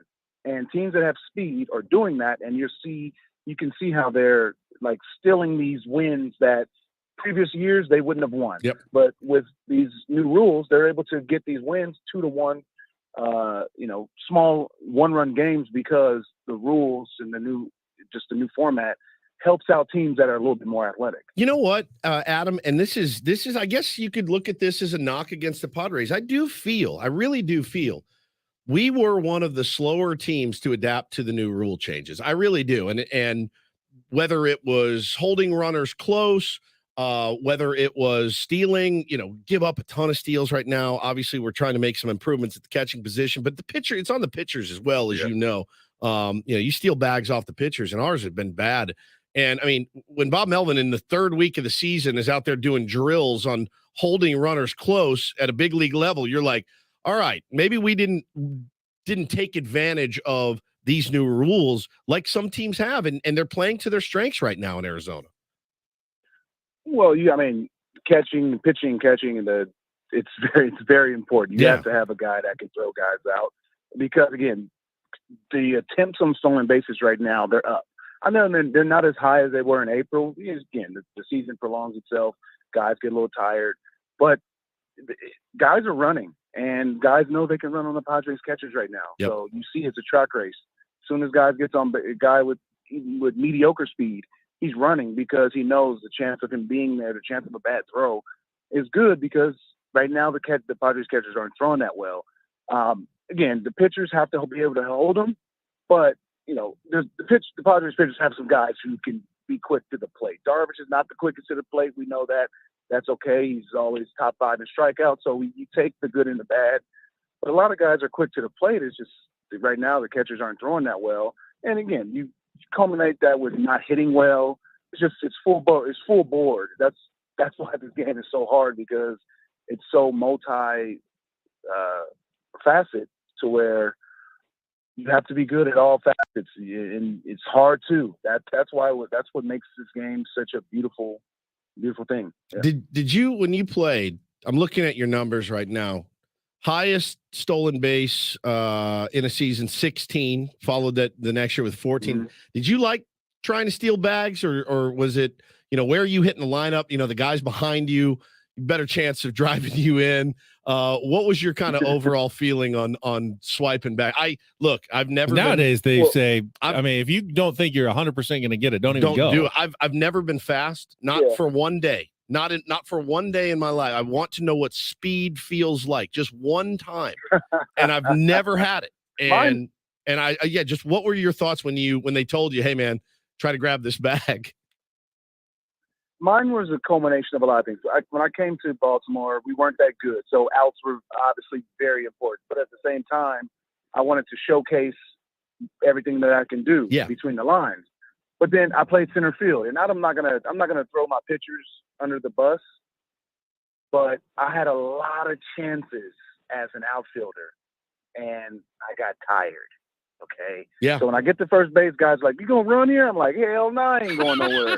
Didn't you just see me chasing those 8 balls in the gap this whole game? Oh, because you were running. I just made a catch on you. Did you see that? Your pitchers were letting I bet it's a lot less tiring to run back and make a leaping catch at the wall than it is to chase a double that you have to pick up and toss in every time. Seriously. It's exhausting. And I get to first base, and I'm like, man, I ain't going nowhere. This is a one-way lead, okay? And then I maybe would try a sneak attack. But I was never a good base stealer. Even in high school, even in the minors, I was never really a base stealer. So when I got to the big leagues, I was like, I'm not a good base stealer, but I'm a really, really good base runner. Yeah. So there's a difference. Yeah. I paid attention to – so I scored on every single from second base. Yep. I was a first and third guy. This is a double hit. That ball better been a ricochet right to the guy, or I'm scoring, because if I'm not the best in this 90 feet, I'm going to be the best in the other 90 feet. And I took advantage of that. I was a really, really good base runner. I took advantage of the instincts that I had. Yeah. But I was never an elite base stealer. So I was like, well, I'm not a good base stealer, but I can take this extra 90 feet if I'm aggressive and smart, pay attention to where the outfielders are. A lot of infielders, a lot of people that get on second base, I look at them in the games. They don't look back at where the outfielders are playing. They just get and take their lead. Like, you should know where these guys are playing, because if the ball's hit, you shouldn't freeze. You should know where the guys are playing and be able to break and score on a hit. I hate when I see a jam shot by a hitter and the guy on second freezes. And doesn't score. Yep. All you have to do is know where the hell the guy is at, and you will know that this ball is uncatchable. But again, these are things that I learned as a player. But at the same time, I always went to second base and ran the bases during BP, so that I can understand how this guy is swinging today. Because like, again, I always go Machado, but if Machado's not hot, that means he's not barreling everything. But you still should be he's still great enough to where he can find the base hit. And on that jam base hit, you need to be able to score on that, not be hesitant because you didn't know where the hell the outfielders were. That's cool. It never even would have entered my mind, Ben, to go out and run the bases and think about, man, he's not really on fire right now, but if he jams one, I need to be able to score. That's next level. And I imagine defensively as well, you play deep on certain power hitters, but you got to be aware of those jam shots where you got to run in and know, hey, this guy isn't totally barreling it up. I'm sure that was big for you defensively out in center field as well. Big time. I mean, you got like Miguel Cabrera. That's one of my greatest examples because he's one of the greatest extra base hitters of our generation. Yep. The hitters. Man in scoring base, he's one of the best singles hitters because he just takes what you're going to give him. So when Men was in scoring place playing against Miguel Cabrera, I scooted in. I took away his single. Or no, I couldn't take away a single, but I tried to take away his RBI. Yeah. But you still can't do that because you just can't play shallow on him like you're doing, the 8th or 9th place hitter because you have to respect his game. So that's why he's so great. But he took the singles. A lot of these guys don't want to take the singles. Analytics, these nerds just say, you know what, just hit the top of the tree, swing straight up, and hit the ball as far as you can. We don't care about average. And now you got Brian Kenny and all these nerds talking about, oh, average is important now. No shit. Average has always been important. Okay? Okay? Yeah, average it has has. always been important. Hit for an average. If you put the ball in play, things happen. If you strike out, I can guarantee you one thing. Somebody on your way back is going to say you suck. Did you have the card in your hat? Or is that a new thing in baseball, the defensive positioning and all that? I didn't. When I got to Arizona, they started to incorporate it. So with respecting staff and all that, the system and the organization, I had it in my pocket. I knew the outfielders. I knew the hitters. I love it. I knew these guys. I watched them. I watched the game. Me and Kirby, we'd sit on the plane, on the bus. We'd go over these hitters. Before the game, we'd be like, okay, hey, this guy's been swinging it lately the last week, like the last 3 days. Let's make some adjustments. And then we memorized it. What the hell? These guys can't memorize something? Are you kidding me? Like you can't memorize 9 guys. I know, dude. You can't memorize 9 guys. I know. I mean, you see a reliever come in and they Yeah. bring a pinch hitter, and The whole the team, the comes whole out. team has to come and talk about the strategy every single time. It's crazy Yeah. nowadays. Yeah, it's wild. Hey, AJ, we're out of time today. Appreciate it. Really good insight, though, as Great always. stuff. And you have a good week. We'll talk to you next Wednesday. All right. Talk to you guys. Thank you, There buddy. he is, Adam Jones. His weekly hit with us here on our Premier Chevrolet of Carlsbad fan hotline. Save money the right way with Premier Chevrolet of Carlsbad. Visit them today in the Carlsbad Auto Mall. Chevrolet, find new roads. We never saw that growing up. A pinch hitter would come up. It's almost a powwow. almost guaranteed now that at least the fielders will come together, yeah. and maybe the pitching coach will come out 100%. with an entire scouting report on this guy. Yeah. It's like you didn't learn about it. Hey, before the Austin game? Nola's pinch hitting. We need to go over this right now. It doesn't Probably matter get a who it bump. is. I They know. will come and they will discuss it almost every time. New world in baseball nowadays. All right, we're halfway home. Come back. We've got Eric Grupner, CEO of the Padres, joining us in our next hour on all the Valley sports drama going on. All coming up here on 97.3 The Fan.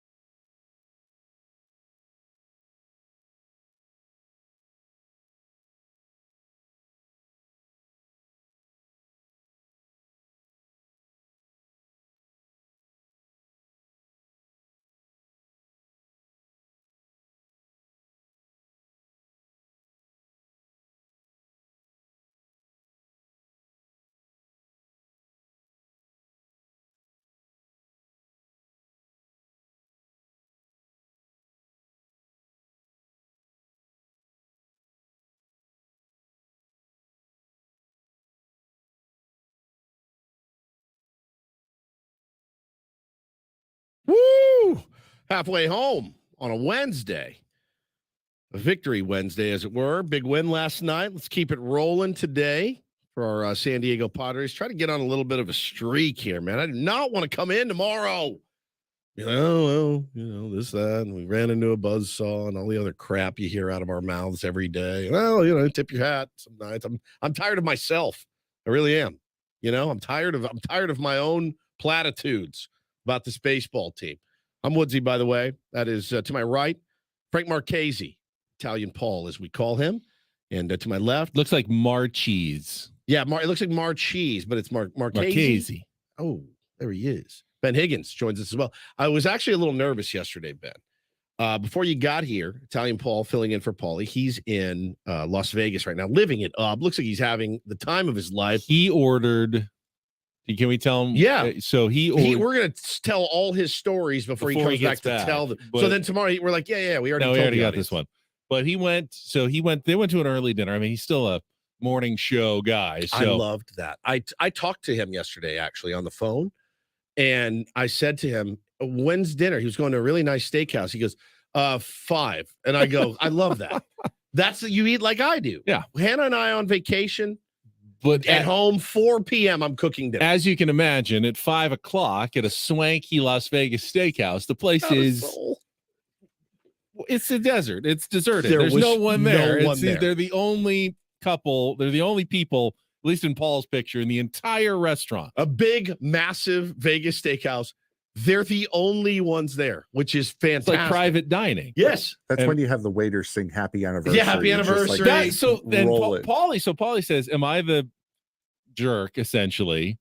Because I ordered the table side old fashioned. Absolutely not. The bartender comes over with a bar cart, mixes it all up. He smokes it. The whiskey at the table with a smoker and put it in there to give it a little smoke flavor as well. And Paulie said, is that so obnoxious that we're the only customers and I make him come over and fix my time drink? To do it. That's quality.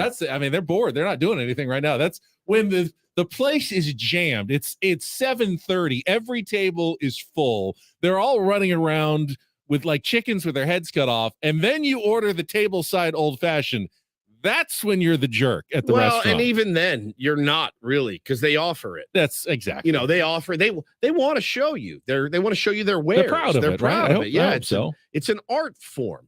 Being a good mixologist. I was a bartender for many years. Was never really that great at it. Really BS'd my way into that gig. I mean, fully fake it till you make it type. The first time I had to make a martini, I was like, what? What's vermouth? How much do I had no idea. And you fake it till you make it. But Paulie looks like he's having a great time. The other reason was they wanted to go to Topgolf and they wanted to do it after dinner. And I said, bro, after a meal like that, I'm going back to my room. I'm putting the iPad on. I'm falling asleep. Even in Vegas, 100% would happen. And he goes, yeah, but we really love Topgolf. So they went to Topgolf. Looked like they had a blast at Topgolf. So good for them. Happy 3-year anniversary to Paulie and his wife, Megan. So everyone tomorrow, when Paulie tells these stories, pretend you haven't heard them already. Right. To make him so he doesn't feel bad. I'm going to have to shove a sock in my mouth to not be like, the smoke thing we told him. I know. It's terrible. It's probably really difficult to get around Vegas right now because they're repaving half of that. Are they? For the Formula One race this fall. I didn't even think of that. So they're repaving they repaved the strip, they're repaving everywhere they're going to be racing. So it's not going to be easy. We're doing the same thing on the Pacific Coast Highway in Encinitas, and we're not hosting any Formula One. Yeah, there's no Formula either. One. It's just the traffic. But I was telling you before inconvenience. Before you got in yesterday, when we met Italian Paul, I said, who's this new kid, right? Frank Marchese. I said, what a name. I believe there was don't listen to this. I believe, Ben, there was a crime family called the Marchese, or it was the Lucchese or the Marchese. Joey Lucchese? No. Of the Joey Lucchese crime where family? It's Marchese, I believe. And I said, do we have a member of La Cosa Nostra in our midst? Which, by the way, I'm all in. I'm fascinated. I'm not going to judge at all. I'm a huge mafia buff. And I asked him yesterday before you got, I go, what did you do this weekend? And he said, I painted a house. And my heart stopped because if you've ever seen the movie The Irishman, if you're a mob killer, that's what you say. Yeah, I paint houses. I'm like, this dude's out murdering people this weekend, potentially. But I think he actually painted a house. You No, really legitimately painted a house. Yes. don't lie to me. Or is that what you say? I legitimately paint houses. Paint houses. That means I still have the paint on me. I still have it Is that on the my blood? Is that the of your blood he victim. means he still has on him? eggshell white blood. I don't know who has that. I was fascinated by it. He said, "Yeah, I painted a house." I go, "Oh, it was a hit." He did a hit over the weekend. Yeah, for my Uncle Phil. For your Uncle Phil, our Italian Paul. He's done a great job filling in for regular Italian Paul Reindl. So thank you for all your hard work. Please don't kill me. If there is, I'm not judging at all, and I'm not trying to be like anti-Italian, because if there was a mafia sign-up class, like if there was a summer camp that I could go into, I would do it. I don't want to hurt anybody necessarily, but I would like to be part of a family. I think that would be cool. So here we are. It's the last day of May.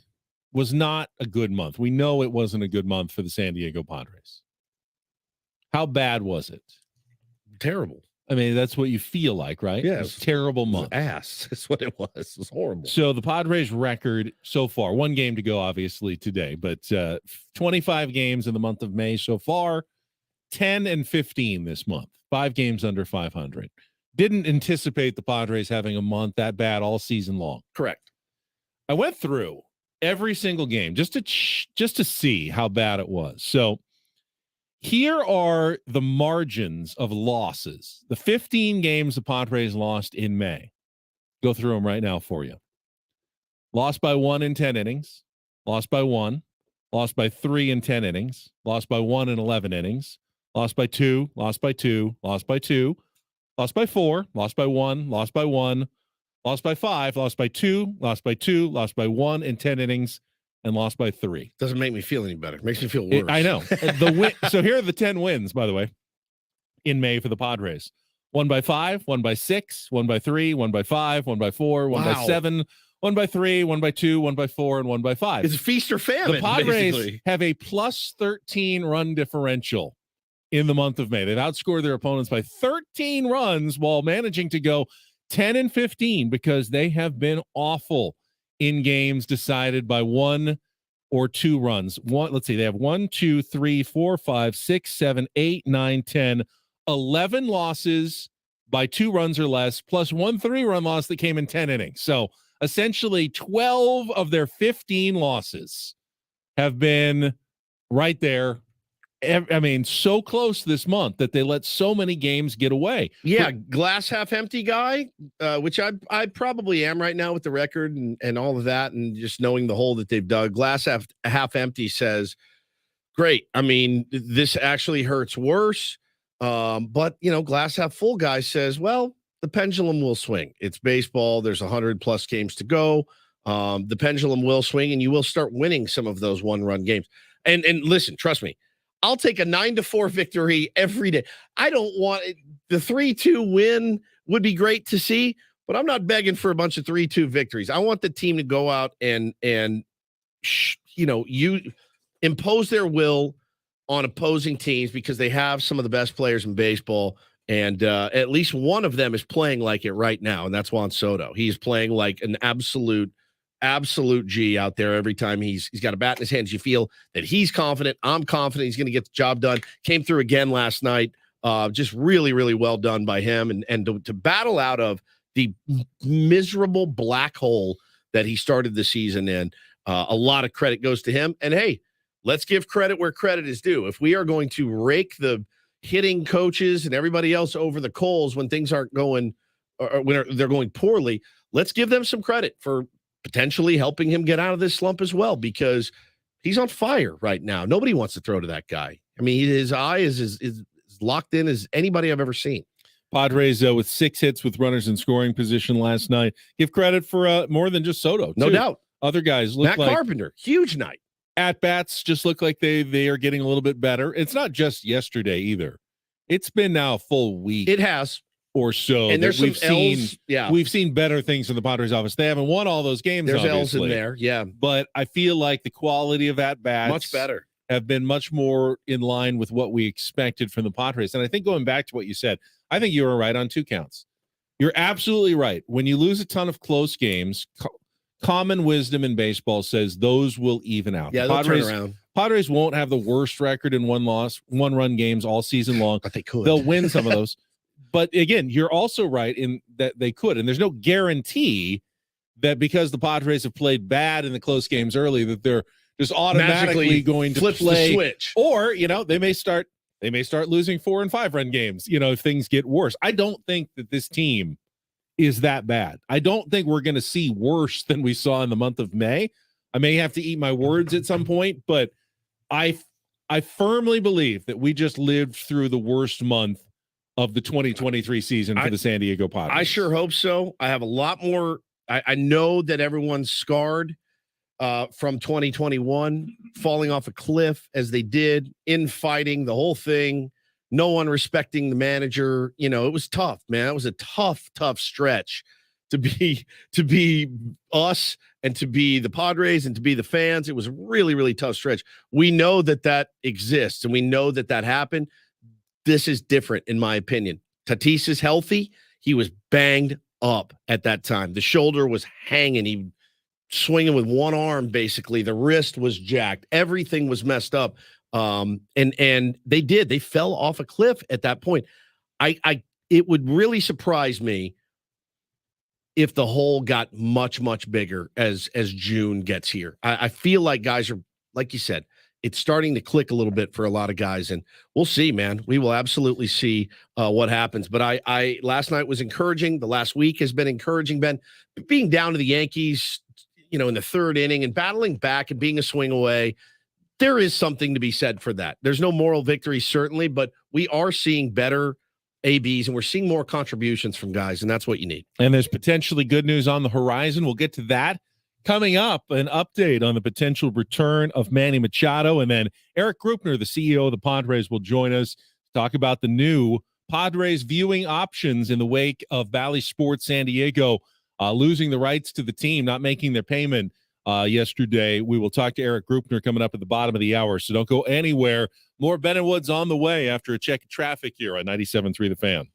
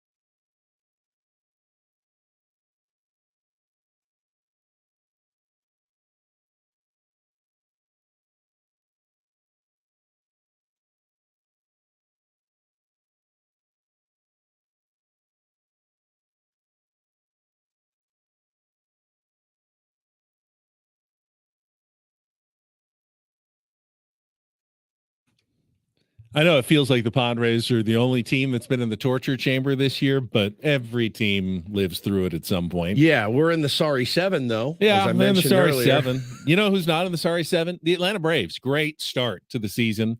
Very solid as usual. They lost their second straight to the Oakland To the A's Dude, yesterday. That's The Oakland A's have That's only baseball. won 2 in a row twice all season. That's it. They have 12 wins all year. 2 of them have come the last 2 days against the Atlanta Braves. Is that just a case of we're taking our foot off the gas because we think we can beat the A's with one hand tied behind our back? I don't understand. That doesn't make any sense, and has probably killed more than 1 or 2 parlays in the last few days, my friend, because you look at Braves A's, you go, that's a lock. When do the Padres play the A's? For some reason, I feel like those are now going to be like the most pressure-packed games because you feel like you're giving up ground on the rest of the league if you don't sweep the A's. Like the Braves are just punting a couple of games. They've already wrecked this entire series. They can't. They can get swept today. You gotta. Like, it wouldn't surprise me after losing 2 in a row to the A's if you walked in the Braves clubhouse and guys are just staring at themselves in the mirror, putting cold water on their face, like giving a pump-up speech. When is this a home or road series? It's a road series in Oakland, September 15th, 16th, and 17th. Man, September, late in the season. I'll be rooting by that point, the A's will be well over 100 losses. Padres will, based on how things are going, they'll probably be very important games to try to, wild card position, whatever. Massive games in September for the love of God. against the Oakland A's on the road. And all of a sudden, I'm already nervous about these games. And I'll be rooting very, very hard for you guys because seriously, the 62 Mets, we've had the record long enough. That's right. Someone else can have it. Please, somebody else take it. I got very mad at Baltimore a couple of years ago. They got 118. What's the record? Oakland's right now? No, the 62 Mets. 40 and 120. That's a rough year. First year. Their first year. Yeah. But the A's are on pace for a worse record than that right now. So they're a third of the way through the season. The A's have played now 57 games. So they're 3 games past a third of the season. So they are on pace for 35 wins, I believe, at this point of the season, which would then be 127 losses. 35 and 127 is their current pace. That would probably leave them about 70 games behind the Texas Rangers, currently leading the American League West at the end of the year. We got 70 games. We got yeah, I mean, there's my man Mark in the tweet is asking some questions, right? About what needs to be done, blah, blah, blah. What needs to be done? Do you shake this team up? He says, we're not even in the hunt right now. And we are. We absolutely are in the hunt. The Padres? Yeah, we're absolutely in the hunt. Or the A's, because they're not in the hunt. The A's are not in the hunt. There's only there's a handful of teams in baseball you can say are not in the hunt. We're not one of them. Padres are 2.5 games out of a playoff spot. Correct. That's very much in the hunt, Mark. So I understand. I'm as confounded. I'm as confused. I'm as bitter about the first third of the season as anybody. I really am.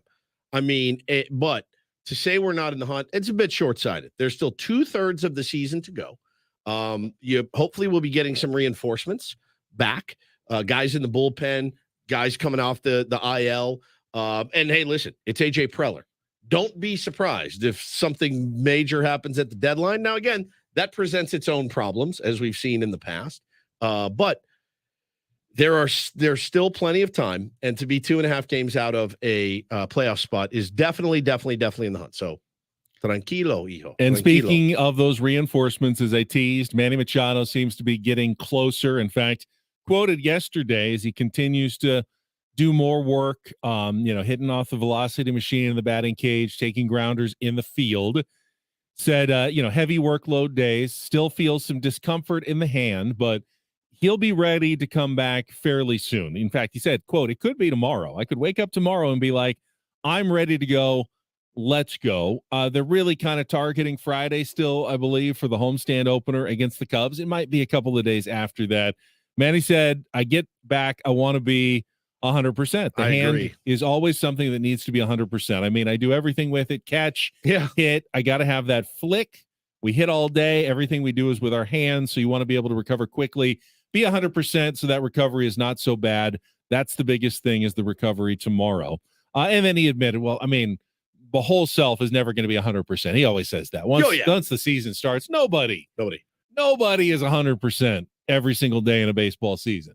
You're just trying to manage your way through 162 games with various injuries, strains, sprains, bruises. Everyone is dealing with something once the baseball season starts. But whatever Manny was dealing with, and before the hand, he clearly was dealing with something. Hopefully this time off, and he kind of winked and smiled, said, I've been working on some things in the cage.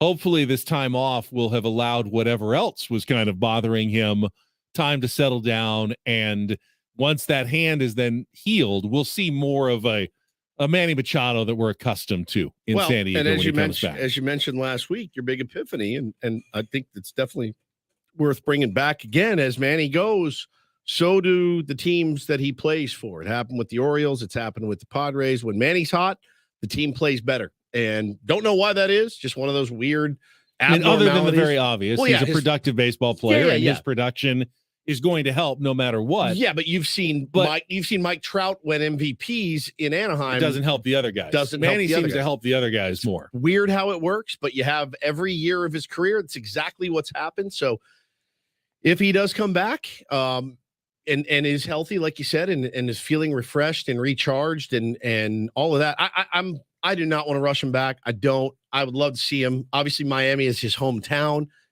Tell me he doesn't want to be out there playing third base today. But I do like this abundance of caution with Manny. Make sure you are as close to 100% as you can, because we got a lot of baseball games left, and a healthy Manny is a good thing for the San Diego Padres. Sweet scene yesterday as well. If you remember that kid who went to the WBC because he was a huge Manny fan, and they got to connect once, and now he went back to watch him play. Didn't get to see him, but Manny got him a bat and met him in person, made this kid's media with him. Got to meet with him. Media with him. It was really nice, and just goes to show. I like Manny, and I haven't gotten a bat. I don't get to sit next to him and do media. It's just, I mean, who's a bigger Manny Machado fan? It's a tough scene for the constant chirping from the national Manny Machado's a bad guy crowd. Yeah, that narrative's been dead for a while. Is it? Since he's been here? Well, I mean, I know it's not true. Is the perception, though? Has he done enough in San Diego that people are realizing around the country that Manny's actually a pretty great guy and great for baseball, and not this villain character that, the first couple of seasons he was made out to be, and some people never forgot. Yep. They just decided Manny was a villain and would be a villain for his entire career, when in reality, Manny's a terrific guy and a terrific person, and glad to have him in the clubhouse. I mean, glad that he's a Padre for life, and I love that. I love that he's going to finish his career here, and just he knows he needs to do more when he gets back, and like I said, when he comes back, when he is healthy, when he is refreshed, let's see what he can do. There's still 30 home runs in that bat, I do believe. Grilling, chilling, and home run hitting. Listen to the Padres game on your smart speaker. Just tell your device to play 97.3 The Fan. That's one way to consume the Padres. How about some of the other ways? We will talk to the CEO, Eric Grupner, who will join us next with the ins and outs of the new ways you can watch the Padres with Bally Sports no longer being the home of the team on television. That is coming up next on San Diego's #1 sports station, 97.3 The Fan.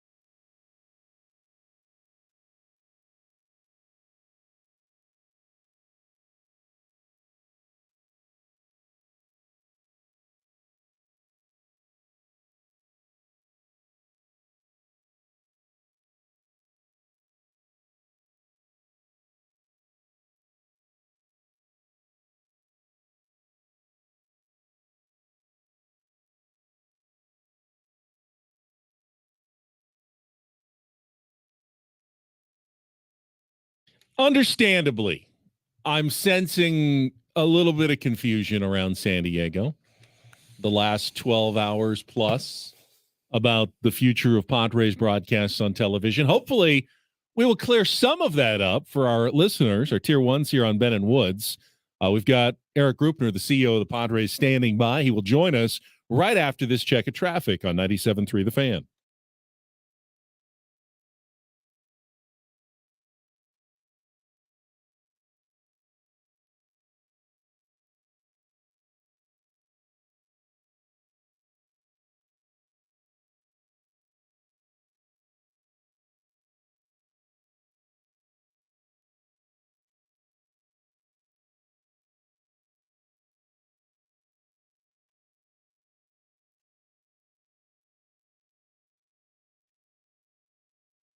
Let's go out to our premier Chevrolet of Carlsbad fan hotline. Not a Friar Friday, but hey, we got some big news here in Padres land, and we're joined by team CEO Eric Grupner. Eric, always good to have you back on Ben and Woods. Good morning to you. Hey guys, how you doing today? Doing good, man. How are you? I'm doing well. I am in Miami. I'm kind of walking around the F1 track here that the Dolphins built.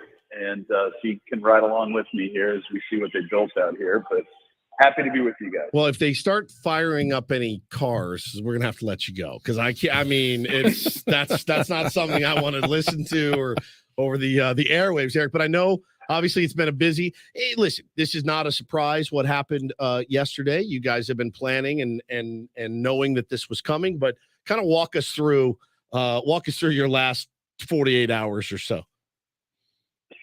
Yeah, I think, look, we didn't know we'd gotten paid the first couple of rights fee payments from Diamond. We didn't know which way this was going to go. They missed the original payment. They had another 2-week period, as a grace period, to make the payment. And I got a call from their CEO shortly after their board met yesterday, letting me know that they had made the decision that they weren't going to make the payment.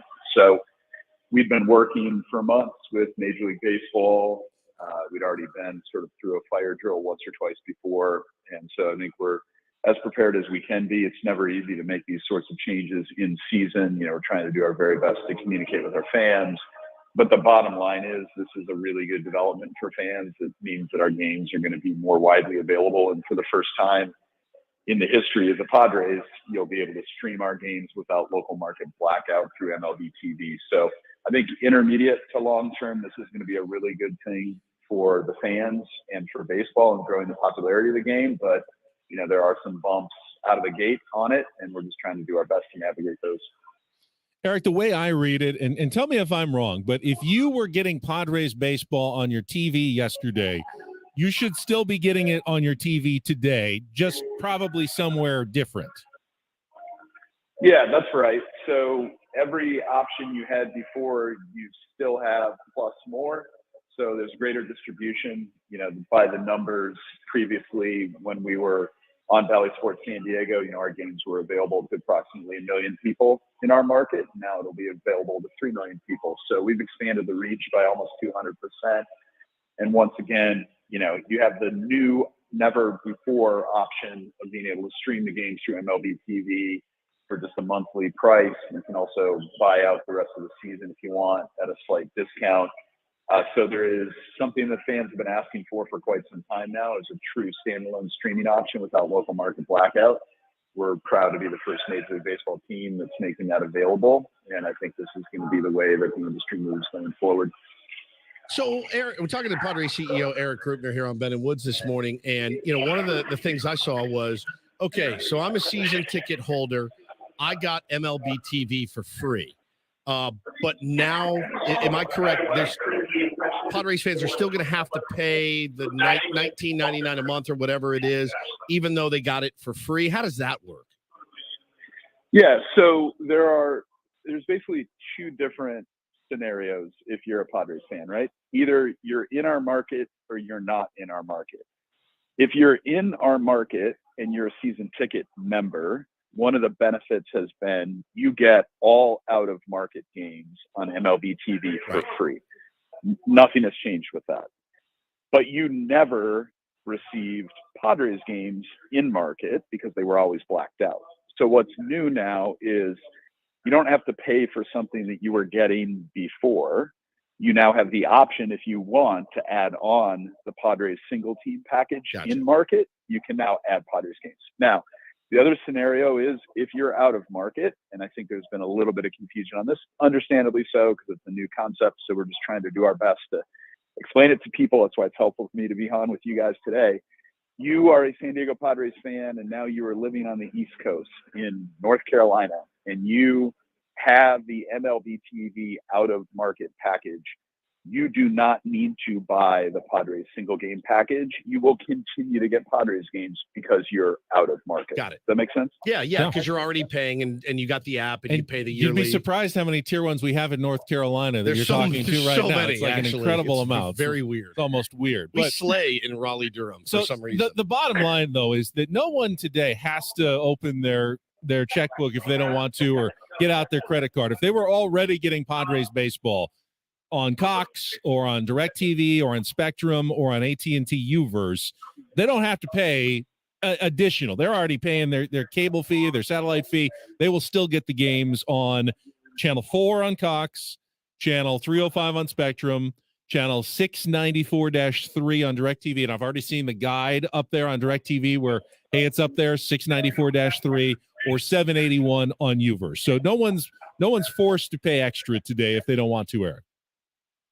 Correct. If you were already subscribing to any of those cable or satellite providers that you mentioned, there will be no disruption other than you're going to have to go to a different channel than what you historically have gone to. Now, there is one area where we've been getting feedback from fans, once again, understandably so, that if they are a authenticated subscriber, so they subscribe to one of those different cable satellite providers that you just mentioned, and thank you for doing that, by the way, they could, through the Bally Sports app, stream games, right? So all of these cable, satellite, and cable and satellite TV providers have their own, I believe, streaming app. It's just different than the Bally Sports app. So we're in the process of collecting the information to make it easier for fans to figure out, okay, if I'm a Cox subscriber, I can be an authenticated streamer through the Contour app.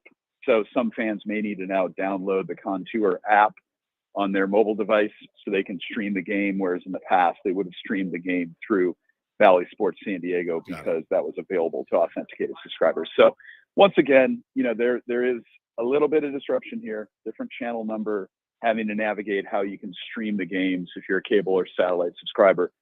But other than that, it is only making Padres games more available than they were historically. And that, I think, is the really great headline here. Once we get through the initial cutover, educate the fans, this is going to be a really good thing for fans because they can now get Padres games in more ways. And we're basically able to reach the entire home market with our games. So based on what you just said, and a little bit of a self-serving question, because I have DirecTV Stream, but I've also seen people tweeting it as well. I'll be able to still watch the Padres games on the DirecTV Stream app, just on 694-3 instead of Bally Sports. Correct. That's exactly right. Good. I got the same question. Yeah. Jaime DM'd me earlier and asked me about the DirecTV stream. All right, let me ask you this question. We're talking to Padres CEO Eric Greupner. This is a lot, right? It's a lot. You have a product. You want your product in front of as many people. We're the exact same. We want as many different ways to consume Ben and Woods as you can get. What are, I guess, your plans, Peter's plans?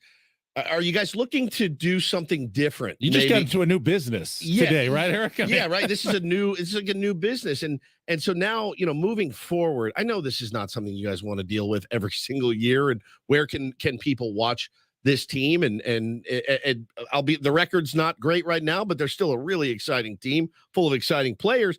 Next year, what are the kind of the plans moving forward, Eric? Yeah, it's a great question. So this move we anticipate is going to be the last move that we have to make for quite some time.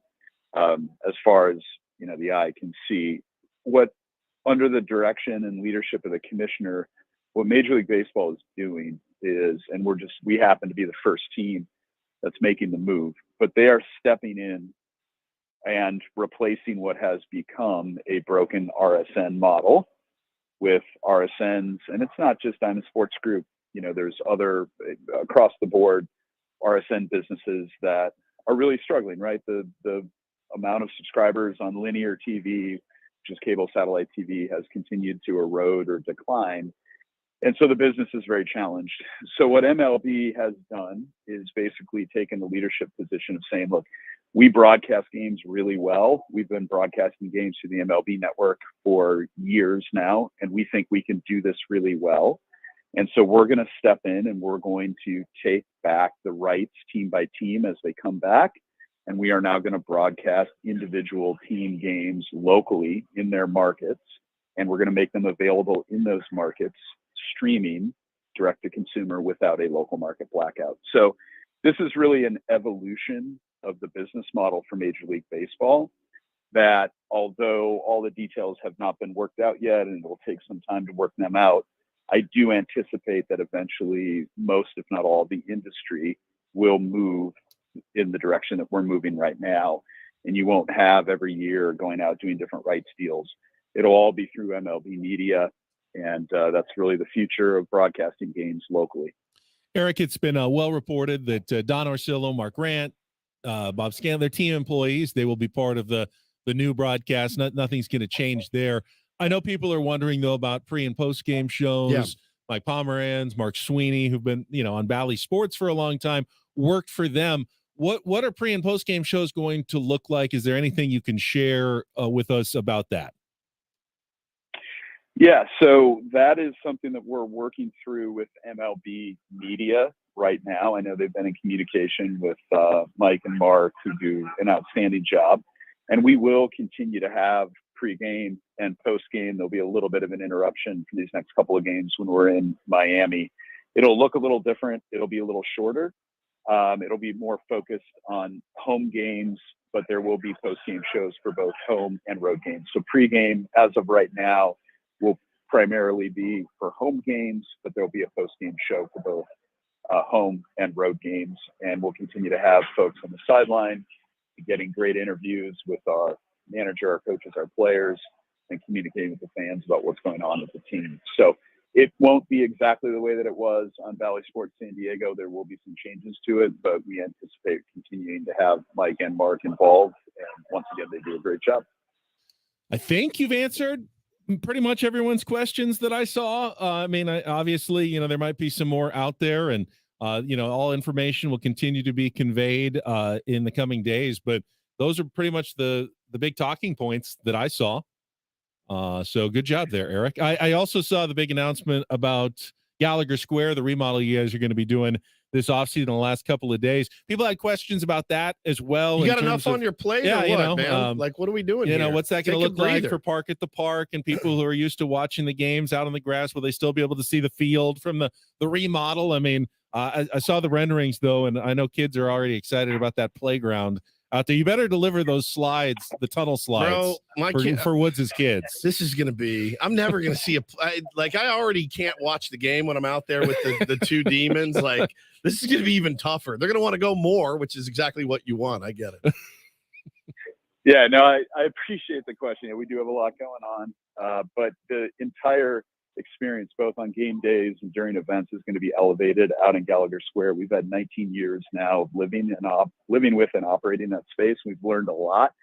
We've also been very careful to collect feedback from the community and our fans on what they want. I think it's a little deceptive from some of the renderings, because I've gotten that feedback from fans as well. There's a concern that we're going to be eliminating the berm. We are not. The berm is still going to be there. You're still going to have views in from the berm. But now you're also behind the berm going to have, for the first time, an elevated deck space that'll have built-in concessions for food and beverage. A lot of great amenities. We're going to be elevating Tony's statue. I met with his widow, Alicia, and his son, Tony Jr., a colleague of yours, and walked them through everything. And they are super supportive and excited about it. We're going to be relocating the donor pavers, the bricks that surround Tony. And we're really, I feel, going to be elevating his presence in the park. So you're going to have new additional sight lines into the park that are going to make the game experience better. The playground, as you mentioned, is going to be amazing. I think kids are really going to enjoy that, including a new wiffle ball field and a play area that connects the two. And to your point, Ben, or Woodsy, you're going to be able to stand up on the deck with your cold adult beverage of choice.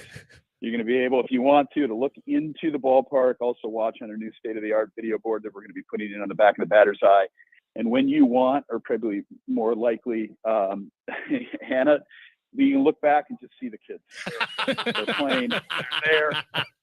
And you're enjoying Padres baseball while your kids are getting a break for a few innings, running around, having a blast. And we think it's actually going to be a really great experience for families. Well, Anthony in the chat just suggested maybe a zip line across the field from the Western Metal building. So, I mean, there are no bad ideas in brainstorming. And that's one that I really enjoyed, to see somebody zip lining from Western Metal over to the beach, maybe out What's there. the ground rule if it hits the person zip lining on a fly ball? Is that in play? Ground Is it rule foul? double. What is Ground that? rule double. Ground rule double? Yeah, Okay. for sure. Eric, you, man. enjoy the Formula One track in Miami. Stay away from Jesse Agler. He sounds contagious. Sounds sick. And we'll see you when you get back to San Diego.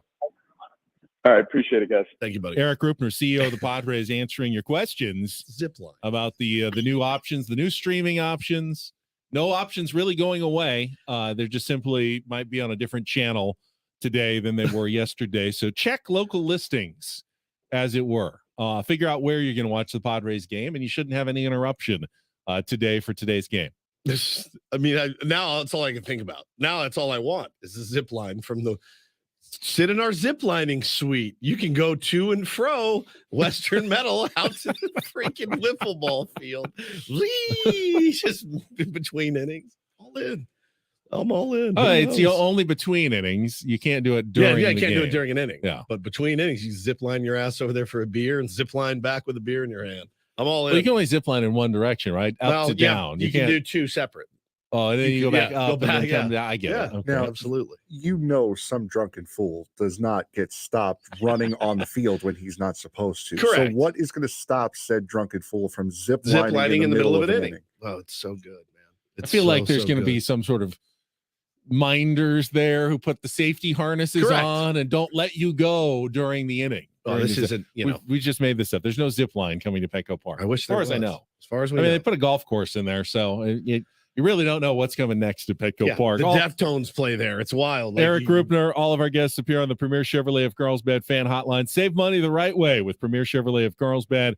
Visit them today in the Carlsbad Auto Mall. Chevrolet, find new roads. So that was interesting too, because now with my Cox, I can stream on Contour.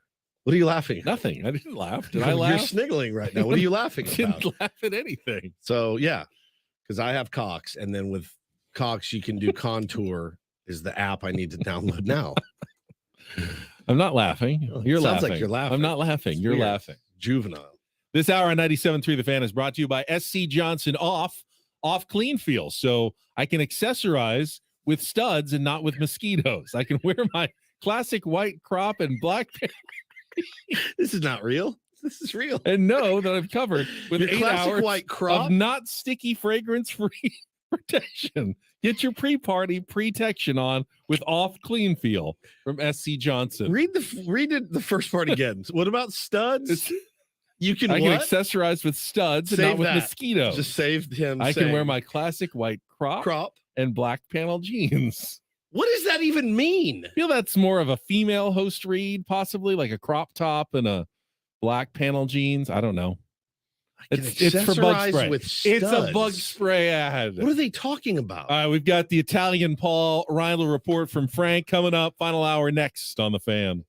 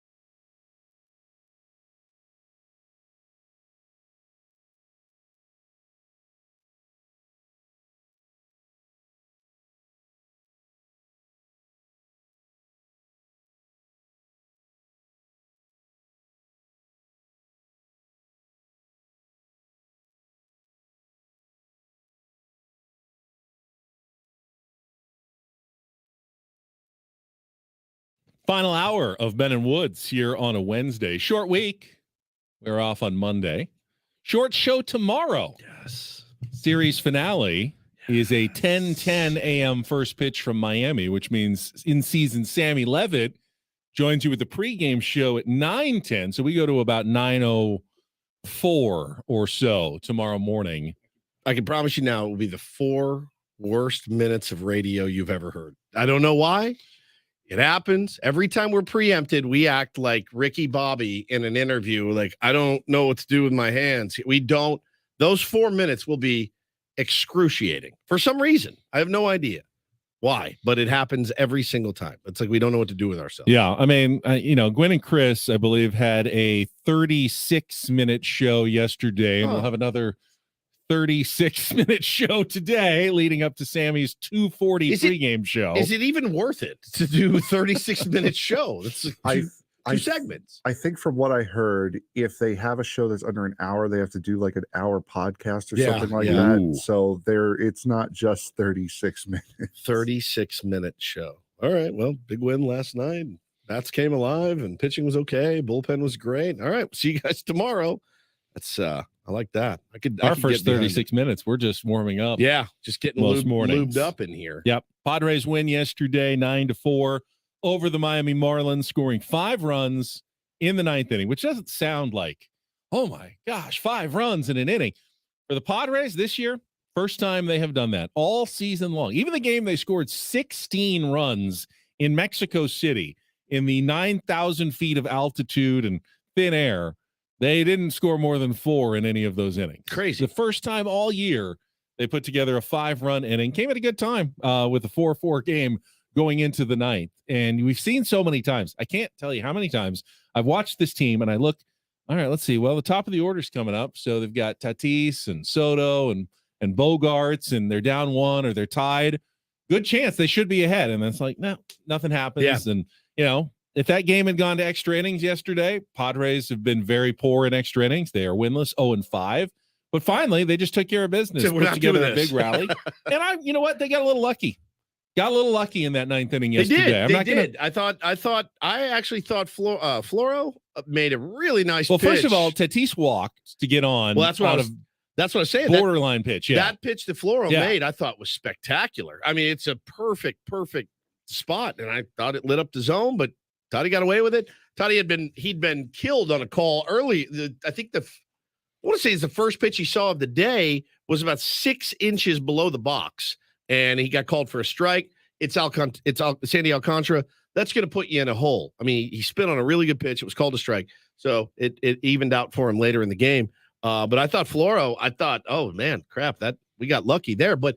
Getting lucky is one thing. Being able to take advantage of it is something altogether different. Benny stole second, ball goes to the center, goes to third, and off to the races. Then Juan Soto walks, as you expect him to do. They're going to be very careful with him. In fact, they intentionally walked him on the last pitch. They did not get close on the first 3. So then Xander Bogaerts comes up and he falls behind in the count. I'm going, are they not going to get a runner in from third with less than 2 outs again? But puts the ball in play with 2 strikes. It's a comebacker. Hard up the middle. Hard up the middle. One big hard hop. Got a nice bounce off of the pitcher's hand. Floro, again. And it probably would have been fielded.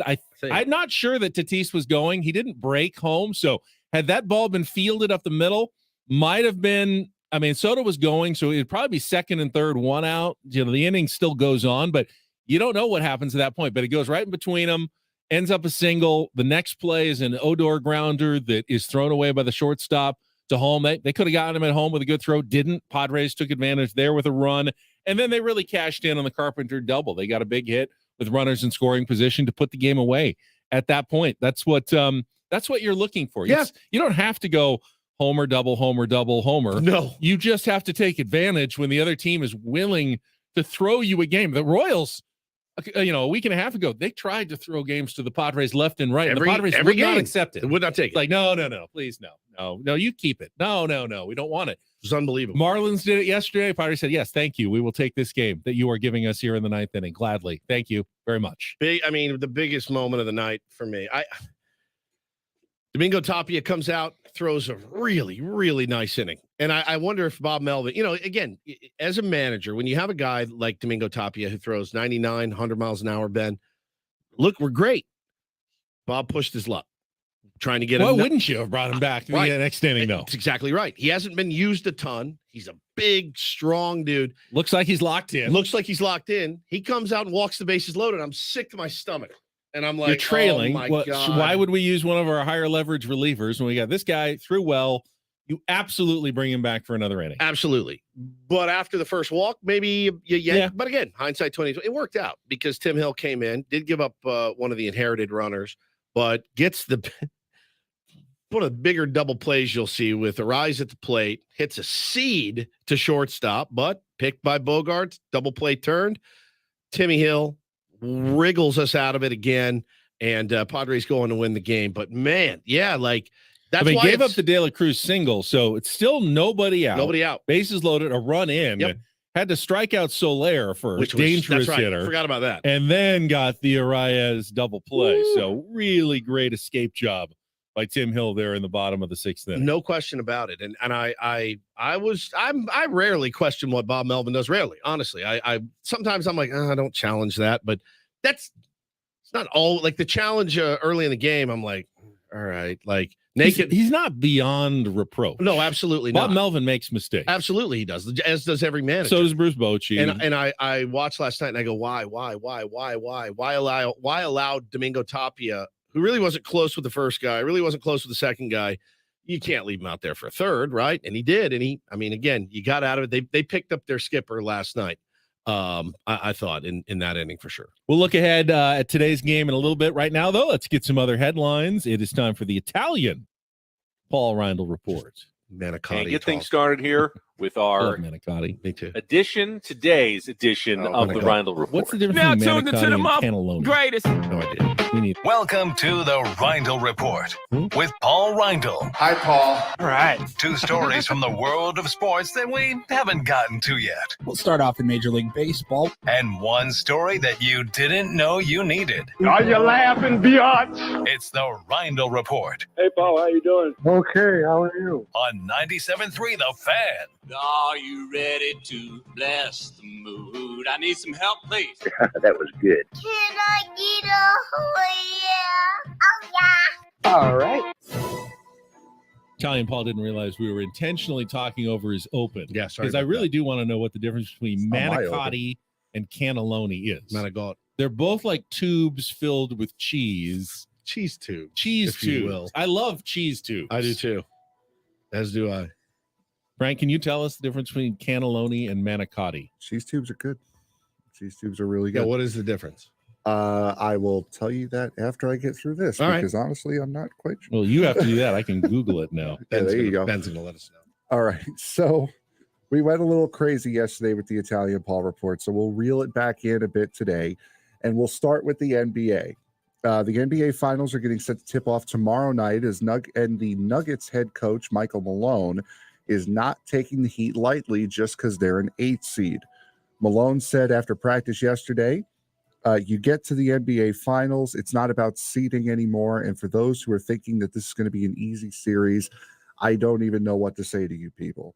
This is going to be the biggest challenge of our lives. This is the NBA finals. You're trying to win the first NBA championship in franchise history. And it's going to be the hardest thing that we've ever done, which is the way it should be. We see 8 seeds topple 1 seeds in the NHL all the time, but in the NBA, it's a little bit more rare. But for my money, this is exactly what I want to hear my head coach saying going into a final. No question about it. You can't. You'd be a moron to take anybody. I lightly want to in hear the my finals. head coach go, We got it. guys, here's an 8 seed. We got this. Don't worry about it. My God, they shouldn't even be here. We're going to run over this team. Don't even bother showing up for practice. Projections have it at going a 5-game series. I will go out on a limb knowing less than nothing about basketball. Miami's going to win a game or two. I'm going to say 6. It goes 6. That's my guess. Over I under. don't know. $10 bet. I don't know how they stop Jokic. $10 bet. No one has. $10 bet. You going to say over? All right, I'll go under. $10 Okay. bet. All right, so you get 5.5. if it's 4 and I get a 4 or 5 game series, you get a 6 or 7. Yeah. Yeah, that's fine. All right, deal. I just don't know how they're going to stop Jokic. Anthony Davis couldn't do it. No one that the Nuggets have faced can do it. And the Heat don't really have anyone Thing is, like though, that. So you never know when somebody goes ice cold. You never know True. when somebody rolls their ankle first play of the game, like Jason Tatum. You never know. You never know what can happen. they've got the some sort of it factor here in the postseason. You know, it's call it what you will. Miami knows when the lights are on, they have played their best basketball. Playoff Jimmy. Jimmy Butler. He's awesome. My biggest concern is the layoff. Yeah, that 100%. Denver has had. They've been sitting on their ass for a week. Yes. However, I think I'd rather have the layoff than have a hard-fought 7-game series that we're coming right off of. By the way, coming back, letting a team crawl back in and win 3 straight. I think I has saw gotta the be stat. gutting. So 9 times there's been a final series where one team that swept faced a team that went 7 and had the big layoff versus 8-1 for the team with the rest in game 1, at least. Wow. Moreno says Bam Adebayo can play Joker fine. Murray is the focus of their D. Jamal Murray. Fence. Yes. Thank you, Italian Paul. Next. There's your Cox report NBA. for the day. I will be able to watch the game on Cox. I'm sure. There you go. Channel 10. Watch tomorrow. I have that on 5 o'clock. on my Cox. You do. I've got I know Channel you 10. do. Watch for Murray's D on Cox. Yep. Settle down over there. All right. We're full time. Yeah. We can't get in trouble. Major League Baseball put out its new list of the top 200 draft prospects for next season.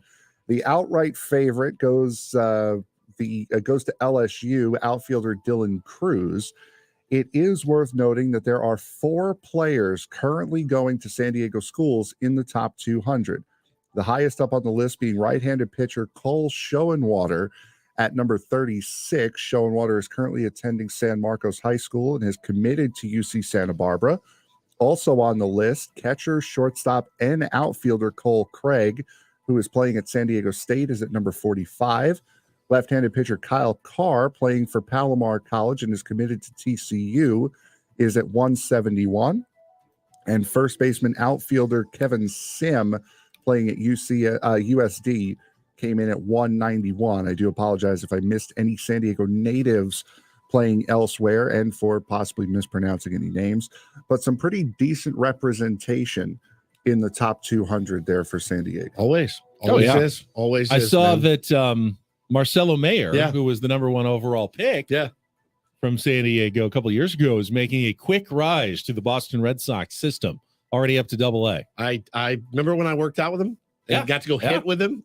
I got to play first base and Mayer was throwing me missiles across the diamond. And it was watching him hit the effort just effortlessly from left-handers batter's box. Yeah, don't know which of this year's prospects from San Diego will make it, but they always do. Yeah. I mean, we are a hotbed. Even the guys that are deeper in the draft have made it to the big leagues. Former SDSU catcher Seppi Zavala, made some inroads in the big leagues as well. Greg Allen was in left hit a field home run yesterday. Hit a home run. Was in playing against the Padres over the weekend. He hit a home run yesterday. So they had a lot of locals always representing in the MLB draft and making their way through the minor leagues. Marcelo is going to be good. Such a good player. I mean, once he's very tall. He's lean. Once he puts some more muscle on, man, he is going to be. And they need a shortstop in Boston. I mean, it's probably a year and a half away, but I bet you we see him sooner than later, man, if he keeps on a tear like this. And how about that combination of catcher, shortstop, outfielder? Yeah, that's a rare one. I think I may have said Cole Craig. It's actually Cole Carrig is the San Diego State player. We'll stay local for this last one today. So local, in fact, it'll be happening right down the street. All Elite Wrestling will be at Viejas Arena for the first time tonight, starting at 4 p.m. for Dynamite and for Rampage, which will be taped right after that. That's their Friday show. Ben's eyes are glazing over. See all of your favorite wrestlers like AEW World Champion and good old Long Island boy MJF, Brian Danielson, and FTR, as well as your favorite gymnasts such as Kenny Olivier, the Cucamonga Kids, and My Little Dog Pockets. Plenty of tickets are My on Little sale. Dog. Are you trying to get free tickets to this event, Frank? You just ask us. No, I'm not. Plenty of tickets are still available after a disastrous pay-per-view this weekend, ranging from $35 to $150. I was planning on going, but my goldfish needed an emergency root canal. So, like the good pet owner that I am, I'm planning to be with him. Are you a wrestling guy? Yes. Frank, it connects us with the side of sports that we don't touch on much. A little bit of auto everything. racing, hockey, wrestling, topics that we basketball. can go weeks without. I mean, I like basketball. Years. But we go a long time without. And I know there are fans out there. I know we have tier ones who are huge wrestling fans. Massive. Ben, but I will say this. Ben is the only person that I've ever met our age. Ben and I are almost the same age. I'm a few months older than him. Shocking. He's the only person that I've ever met to not like wrestling ever at one point in his life, ever, Not even even as a for kid. a minute, not 1 second did he like wrestling. I outgrew it, but I used to watch WrestleMania on VHS. I watched so little wrestling that when Sergeant Slaughter appeared on the G.I. Joe cartoon, thought he was a real military sergeant. You had no idea that he was a wrestler. Just thought he was a new character on G.I. Joe. Isn't that surprising to you? What? That of our age, like, because when we were coming up, Frankie, when we were coming up, wrestling was massive. Andre the Giant, Hulk Hogan. I'd like to think that I was a perceptive youth, and I knew it wasn't real. And for me, the great thing about sports is the unpredictability, not knowing who's going to win or who's going to lose. The Golden Girls weren't real. They That's didn't not really sports. live together. Not sports. Not trying to everything's a make it documentary sports. or I a get it. sport. It's an entertainment show. It's entertainment. You're telling me a 7-year-old Ben was like, that move can't be real. It would break his. Didn't it look fake to everybody though? No, how I they thought would it was so real. The blood. Not Oh my back god. then, no, and they didn't. How they so gently. They throw. It looked like you're going to do it hard, but you can always tell at the last second that they they're slam their with hand each down other, to make the but- sound, but they really nicely roll into that landing. The ring would give. When It's got they, some give when they to it. climb up on the top rope to jump on the guy, you can see at the last second he just misses him. He doesn't actually put the entire force of his 250-pound muscular body, because you know what that would do? That would kill someone if you landed on them like that with that kind of force. What else got me was when they would take when they would rip the thing off the turnbuckle, the pad, and they would take the guy by the hair and slam him into the turnbuckle. I'm like, when I was a kid, I was like, oh my god, that guy could be seriously. And they would always come up bloody and like. I went to see it live when I was a kid at the Sportatorium in Dallas and used to watch the Von Erichs Dallas against the Sportatorium. Freebirds. Bro, it was the greatest. I remember it vividly, like it was yesterday. The Von Erichs were gods there too. Beyond. You have no idea. Like gods. And man, poor Ben was deprived of all of it. I don't watch wrestling much anymore. I listen to Jim Cornette on a daily basis, which is he's the one I have to credit for the nicknames, the Cucamonga Kids, Kenny Olivier, and My Little Dog Pockets. I'll buy a couple extra things on Cornette's Collectibles as posthumous payment. I don't know who that is. Who's Jim Cornette? The wrestling manager from wrestling Mid-South. manager? Okay, I don't remember him. The Midnight Express. No. Don't look at me. No, we're out. Okay, I'll I'll show you a picture. I'll show you a picture. Frank, Jim your Cornette, segment is you'll over. get Thank you. Evolved, Thanks. Yeah, we got to take a break. We'll come back. If you have always wanted to hear Jesse Agler sounding like he's on the verge of death doing the Incorporator, we'll bring that back. Who wants to hear Jesse And Agler dying? In I have real an time? answer to the hottest question of the morning. What is the difference between manicotti and cannelloni? That is coming up after a check of traffic here on 97.3 The Fan.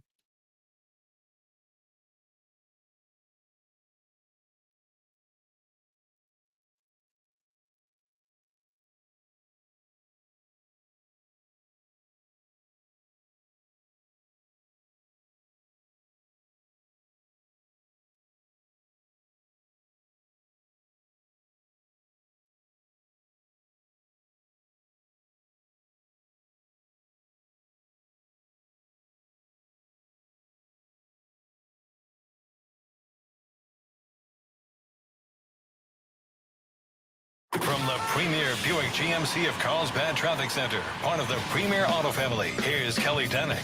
Traffic is sponsored by Big Box Storage. Visit bigbox.com. We're happy to report no incidents or accidents to slow you down on our freeways. In fact, looks like things are winding down pretty nicely. Just a little hitch free on that westbound side of the 52 coming out of Santee. Need to rent a storage unit? Forget renting and loading a truck. Big Box Storage delivers the storage unit right to you, loaded at your convenience, and it'll be picked up and accessible in your storage unit. Need storage? Get the storage you need with free delivery and pickup at bigbox.com. I'm Kelly Danick with Ben & Woods, San Diego's #1 sports station, 97.3 The Fan.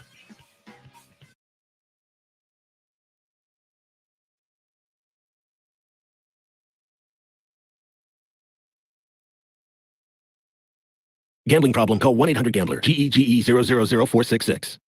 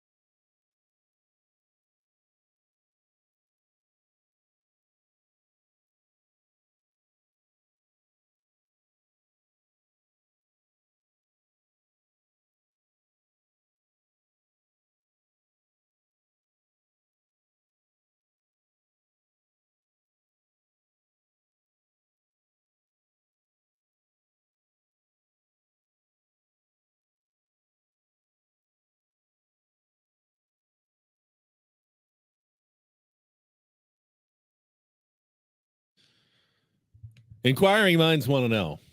Hungry minds, at least. Starving.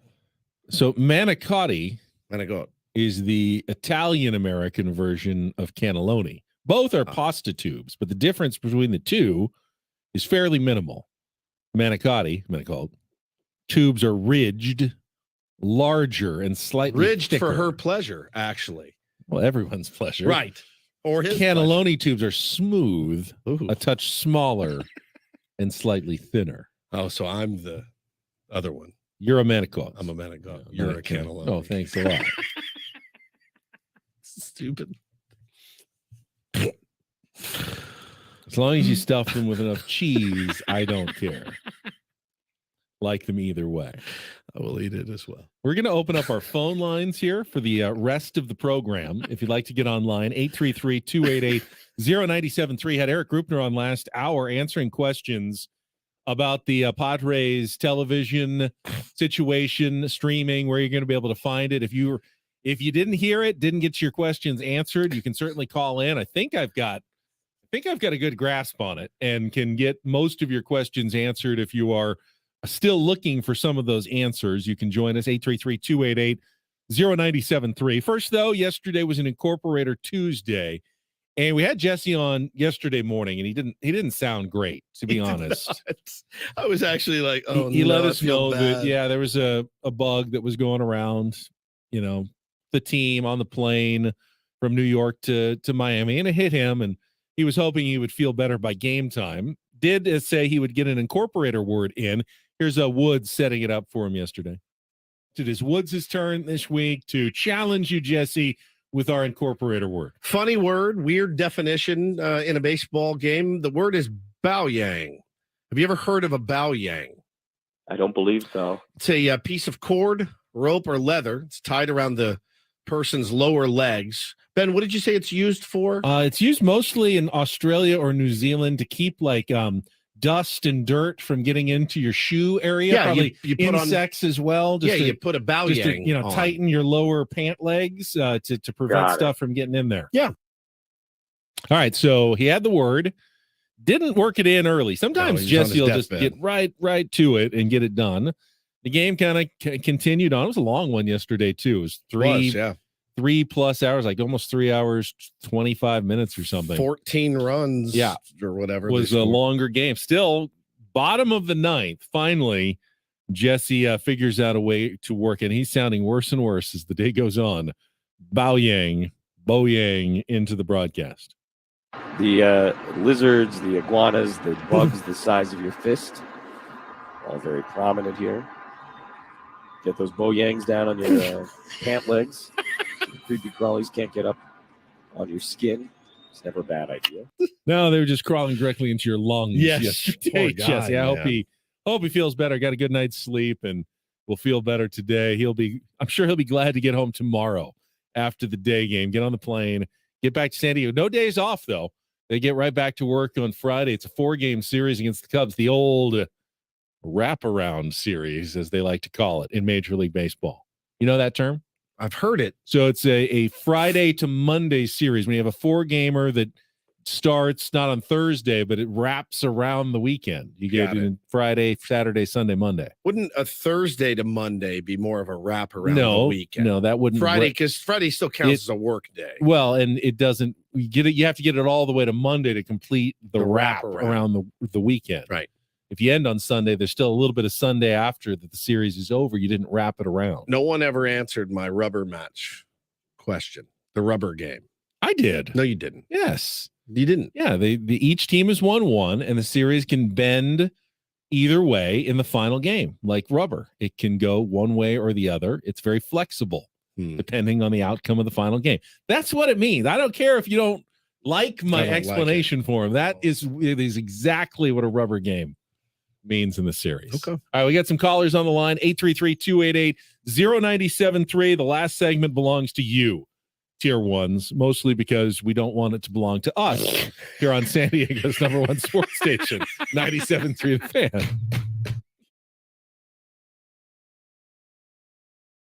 And there you go, Frankie. Thank you.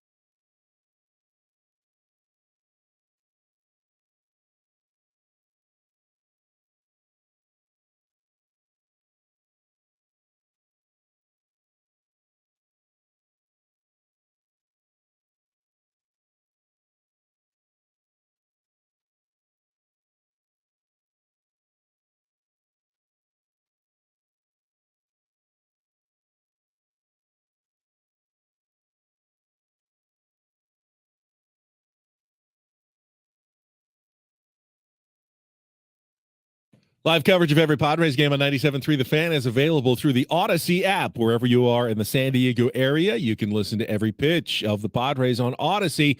Download the free Odyssey app and search 97.3 The Fan to get started. Always an option, like when, technical difficulties hit a television broadcast or you can't find the channel you're supposed to be watching the team on tonight. Just tune in to 97.3 The Fan for Jesse and Tony on the Odyssey app on your radio. Either way works for you. Somebody was asking about the stream from 97.3 The Fan, right? Because you can listen to Padre games here on the Fan. A lot of people listen through the app. You have to be in San Diego County. To get the app to work. And I've run into this problem as well. When you're on your cell, like your 5G, sometimes for whatever reason, the tower that it picks up or it routes through is outside of San Diego County, so it thinks you're not there. So if you're on Wi-Fi, you're always good. I've always been good with the Odyssey app. Occasionally, though, it can be a little, roll the dice if you're going through your cell signal and using the app. But that has nothing to do with any blackouts or anything. Yeah, well, I mean, you can't listen in Seattle to a Padres game on Odyssey. But what you can do, and for the next 7 days, right? If you don't want to subscribe to MLB TV after the 7-day trial period is over, that's fine. That's on you. Whatever.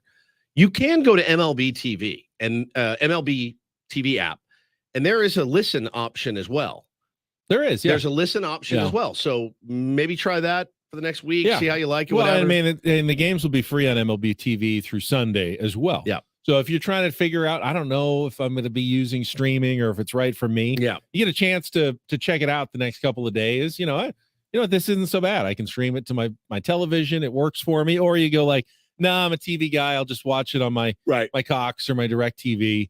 And keep it that way. You'll have a chance to try it out the next couple of days. All right, our phone lines are open, 833-288-0973. We'll talk to some tier 1s right after a check of traffic here on 97.3 The Fan.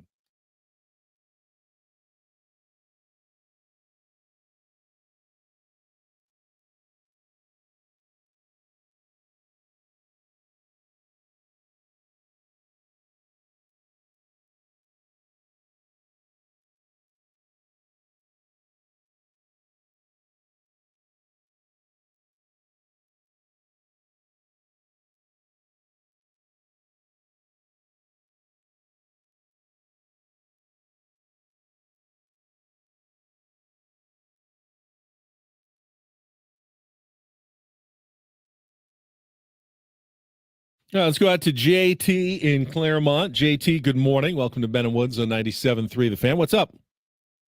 Morning, guys. Morning. Hey, buddy. So I just wanted to get your guys' opinion. I honestly think that series in New York, when even though we lost, and when the offense battled back, it was a turning point in our offense. Yeah. I think moving forward, that definitely, it gave our guys hope that they can do what they've been pretty much expected to do. I just wanted to get your guys' take on that. I think we agree fully, JT, with that assessment. And I was watching the game, and I kind of had that feeling too, like, hey man, and we ended up being essentially a swing away there at the end. Not a great AB from Fernando. The umpire really kind of hosed him out of two bad calls, but you still got another one to play with. You need to find a way to work yourself on base. But no, I mean, I thought it was a really, really good battle by the guys, but again, no moral victories here. You need to stack wins right now, but you're right, man. There is a bit more confidence, and you can kind of see it. I came on the air. It was last Monday, the 22nd. Padres had just beaten the Red Sox 7-0 to wrap up their homestand. And people were saying, could that be a turning point for the season? And I said, pump the brakes a little bit. One game saving yourself from a sweep is not a turning point. But I also said, we may look back and that may be the day we judge the record change for the Padres. Indeed, since that day, the Padres have won 5 of 8 games. They have outscored their opponents significantly. They have a 1-run loss, a 2-run loss, and a 3-run loss, a 7-run win, a 3-run win, a 2-run win, a 4-run win, and a 5-run win since then. But I don't think that was the turning point necessarily. We've seen better at bats over this last week or so, But if you really must find a turning point, Rugi. It was Rougned Odor's home run. I mean, it may have changed a little bit of the, I don't know, just the woe is, Yes. like nothing can go right. Nothing's feel going our way with our season. We're out of it. We get down a run. We're done. I didn't really feel that last night. I was not. Look, when Tapia walked the bases loaded, I was like, that's it. I fully admit. I was like, come on, man. God dang, dude. Like, we're gonna blow this one too. And you battle. You scratched out some runs against Sandy, and then Tapia comes in and walks the bases loaded after a really nice, clean inning the inning before. And I get why Bob sent him back out there, but holy smokes, I'm like, God bless, dude. You're gonna kill us. You're gonna kill us. And they got out of there with only one run.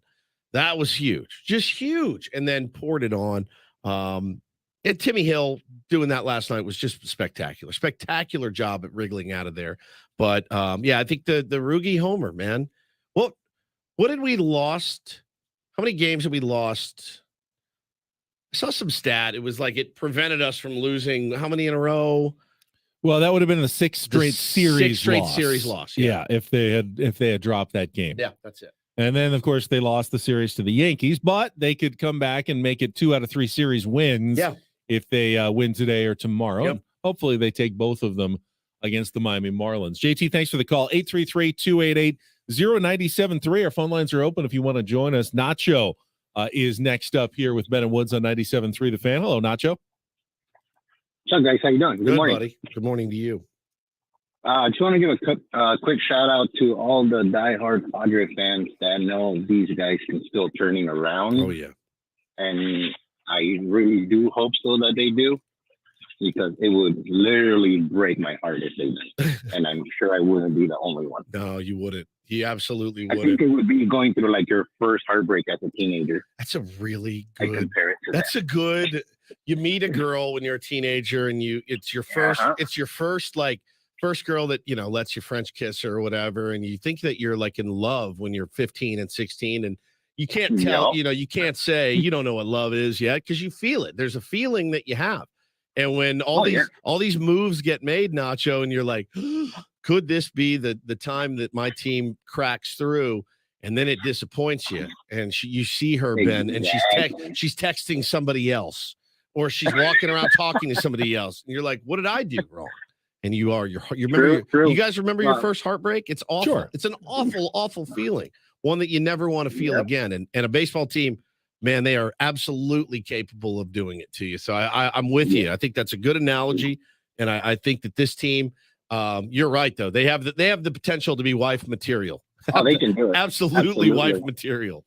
I've said before. And I also had a comment go ahead, Nacho. About the Brett Sullivan thing. I mean, I honestly do think that was a really bad move on the Padres, because this dude has been just putting it all in. I mean, that catch he made at home the other day. That was great. It was. I haven't seen a Padres catcher do that in a while. Yeah, it's been Austin Hedges made a nice catch like that one time, and we lost our minds about that. But you're right, man. I said it, knowing it was probably the wrong answer. I said it. Ben asked me the question yesterday, right around this time. Who are they going to send down? I said, I mean, you have to send Nola down. You have to. But Ben made the point of who better to school Gary Sanchez, who, by the way, should be getting the majority of playing time at this point, because that's why you got him. And I think cooler heads prevailed. Austin Nola is going to be better suited to help Gary Sanchez than Brett Sullivan. I mean, it's not a great argument. And Nacho, thanks for the call. Austin Nola's on base percentage is 70 points higher than Brett Sullivan's. 70 points higher. But that's all fine and dandy. You're right though. The part where you're most right about was the, hey Gary, right, let me sit with you. Brett Sullivan only knows these pitchers a little bit better than Gary Sanchez. Correct. Austin Nola knows them tremendously. But here's the thing. When Gary Sanchez needs a day off, that means Austin Nola has to catch and hit. Right. I read in the UT newsletter this morning that it's probably going to be Darvish and Musgrove will be the Nola guys. And the other Snell and Waka and Weathers for now. Lugo, when he comes back, will probably be the Sanchez guys for now. Now, who knows how long Gary Sanchez lasts? He made it 3 games with the New York Mets. Yeah. And they decided to move on. I'm hoping it's a little bit longer here with the San Diego Padres, but let's not get our hearts attached too much to Gary Sanchez. You can go ahead and get your hearts attached to the Padres, like Nacho said. That's part of it. I think it was about a couple of weeks ago. What's great about sports is that you can be hurt.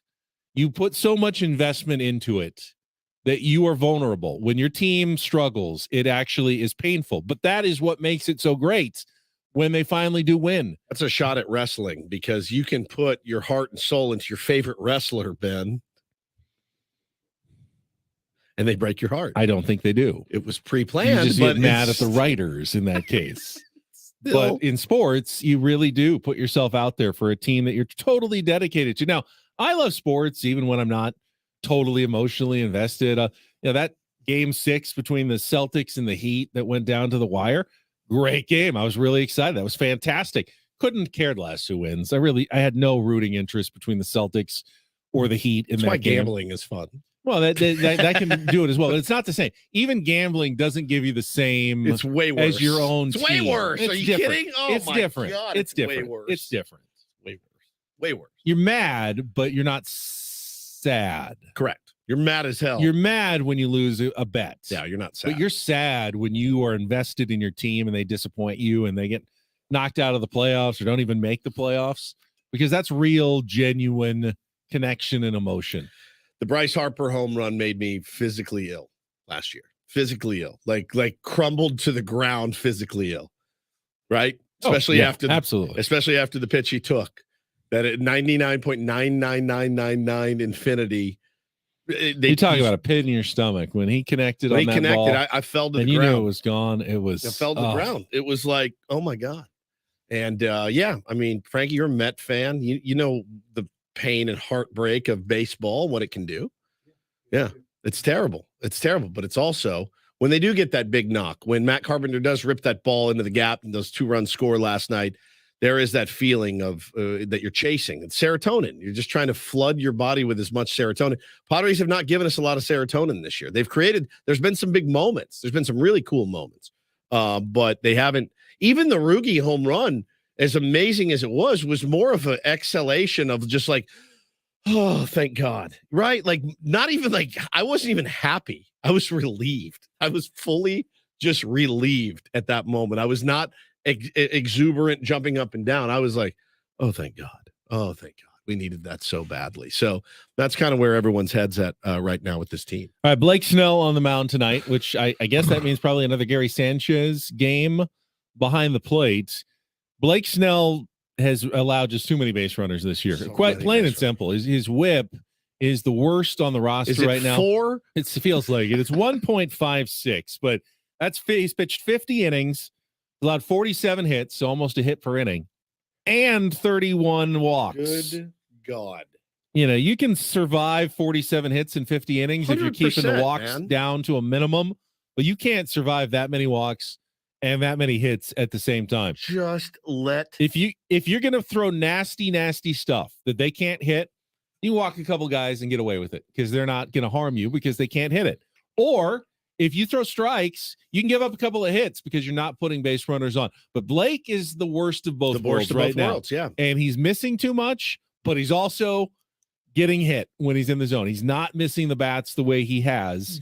And it's been very costly for him this year. Yeah, he still gets 9.7 strikeouts per inning, which is per game, which is per 9 innings, which is still among the leaders on the team, but not where Blake can be. He just hasn't been himself so far this year. Never really is in the first half, but man, we just can't afford any more 100-pitch 4-inning starts from Blake Snell. I mean, I want to believe, and every week, once a week, we come in here and say, is this the day that Blake figures it out? And he's had some decent starts this year, no question. He had some terrible run support for 3 straight. Got no help at all whatsoever. And, that's going to happen in baseball. You've got to keep this momentum. You've got to keep this mojo going. And the offense needs to do. Who's throwing for Miami, by the way? Another lefty, Braxton Garrett, is on the mound. Actually, his numbers are very Snellian. He in 48 innings, he's given up 56 hits, so a few more hits, less walks, though only 11. Struck out 47, giving up 7 home runs. His whip's 1.4, his ERA is 4.5. So a couple of guys who, lefties who are not off to great starts so far this year. So a good, solid 4.5 hour game is what we're yeah, in it's shape not, for in the today. old days, I'd say yes with the pitch clock.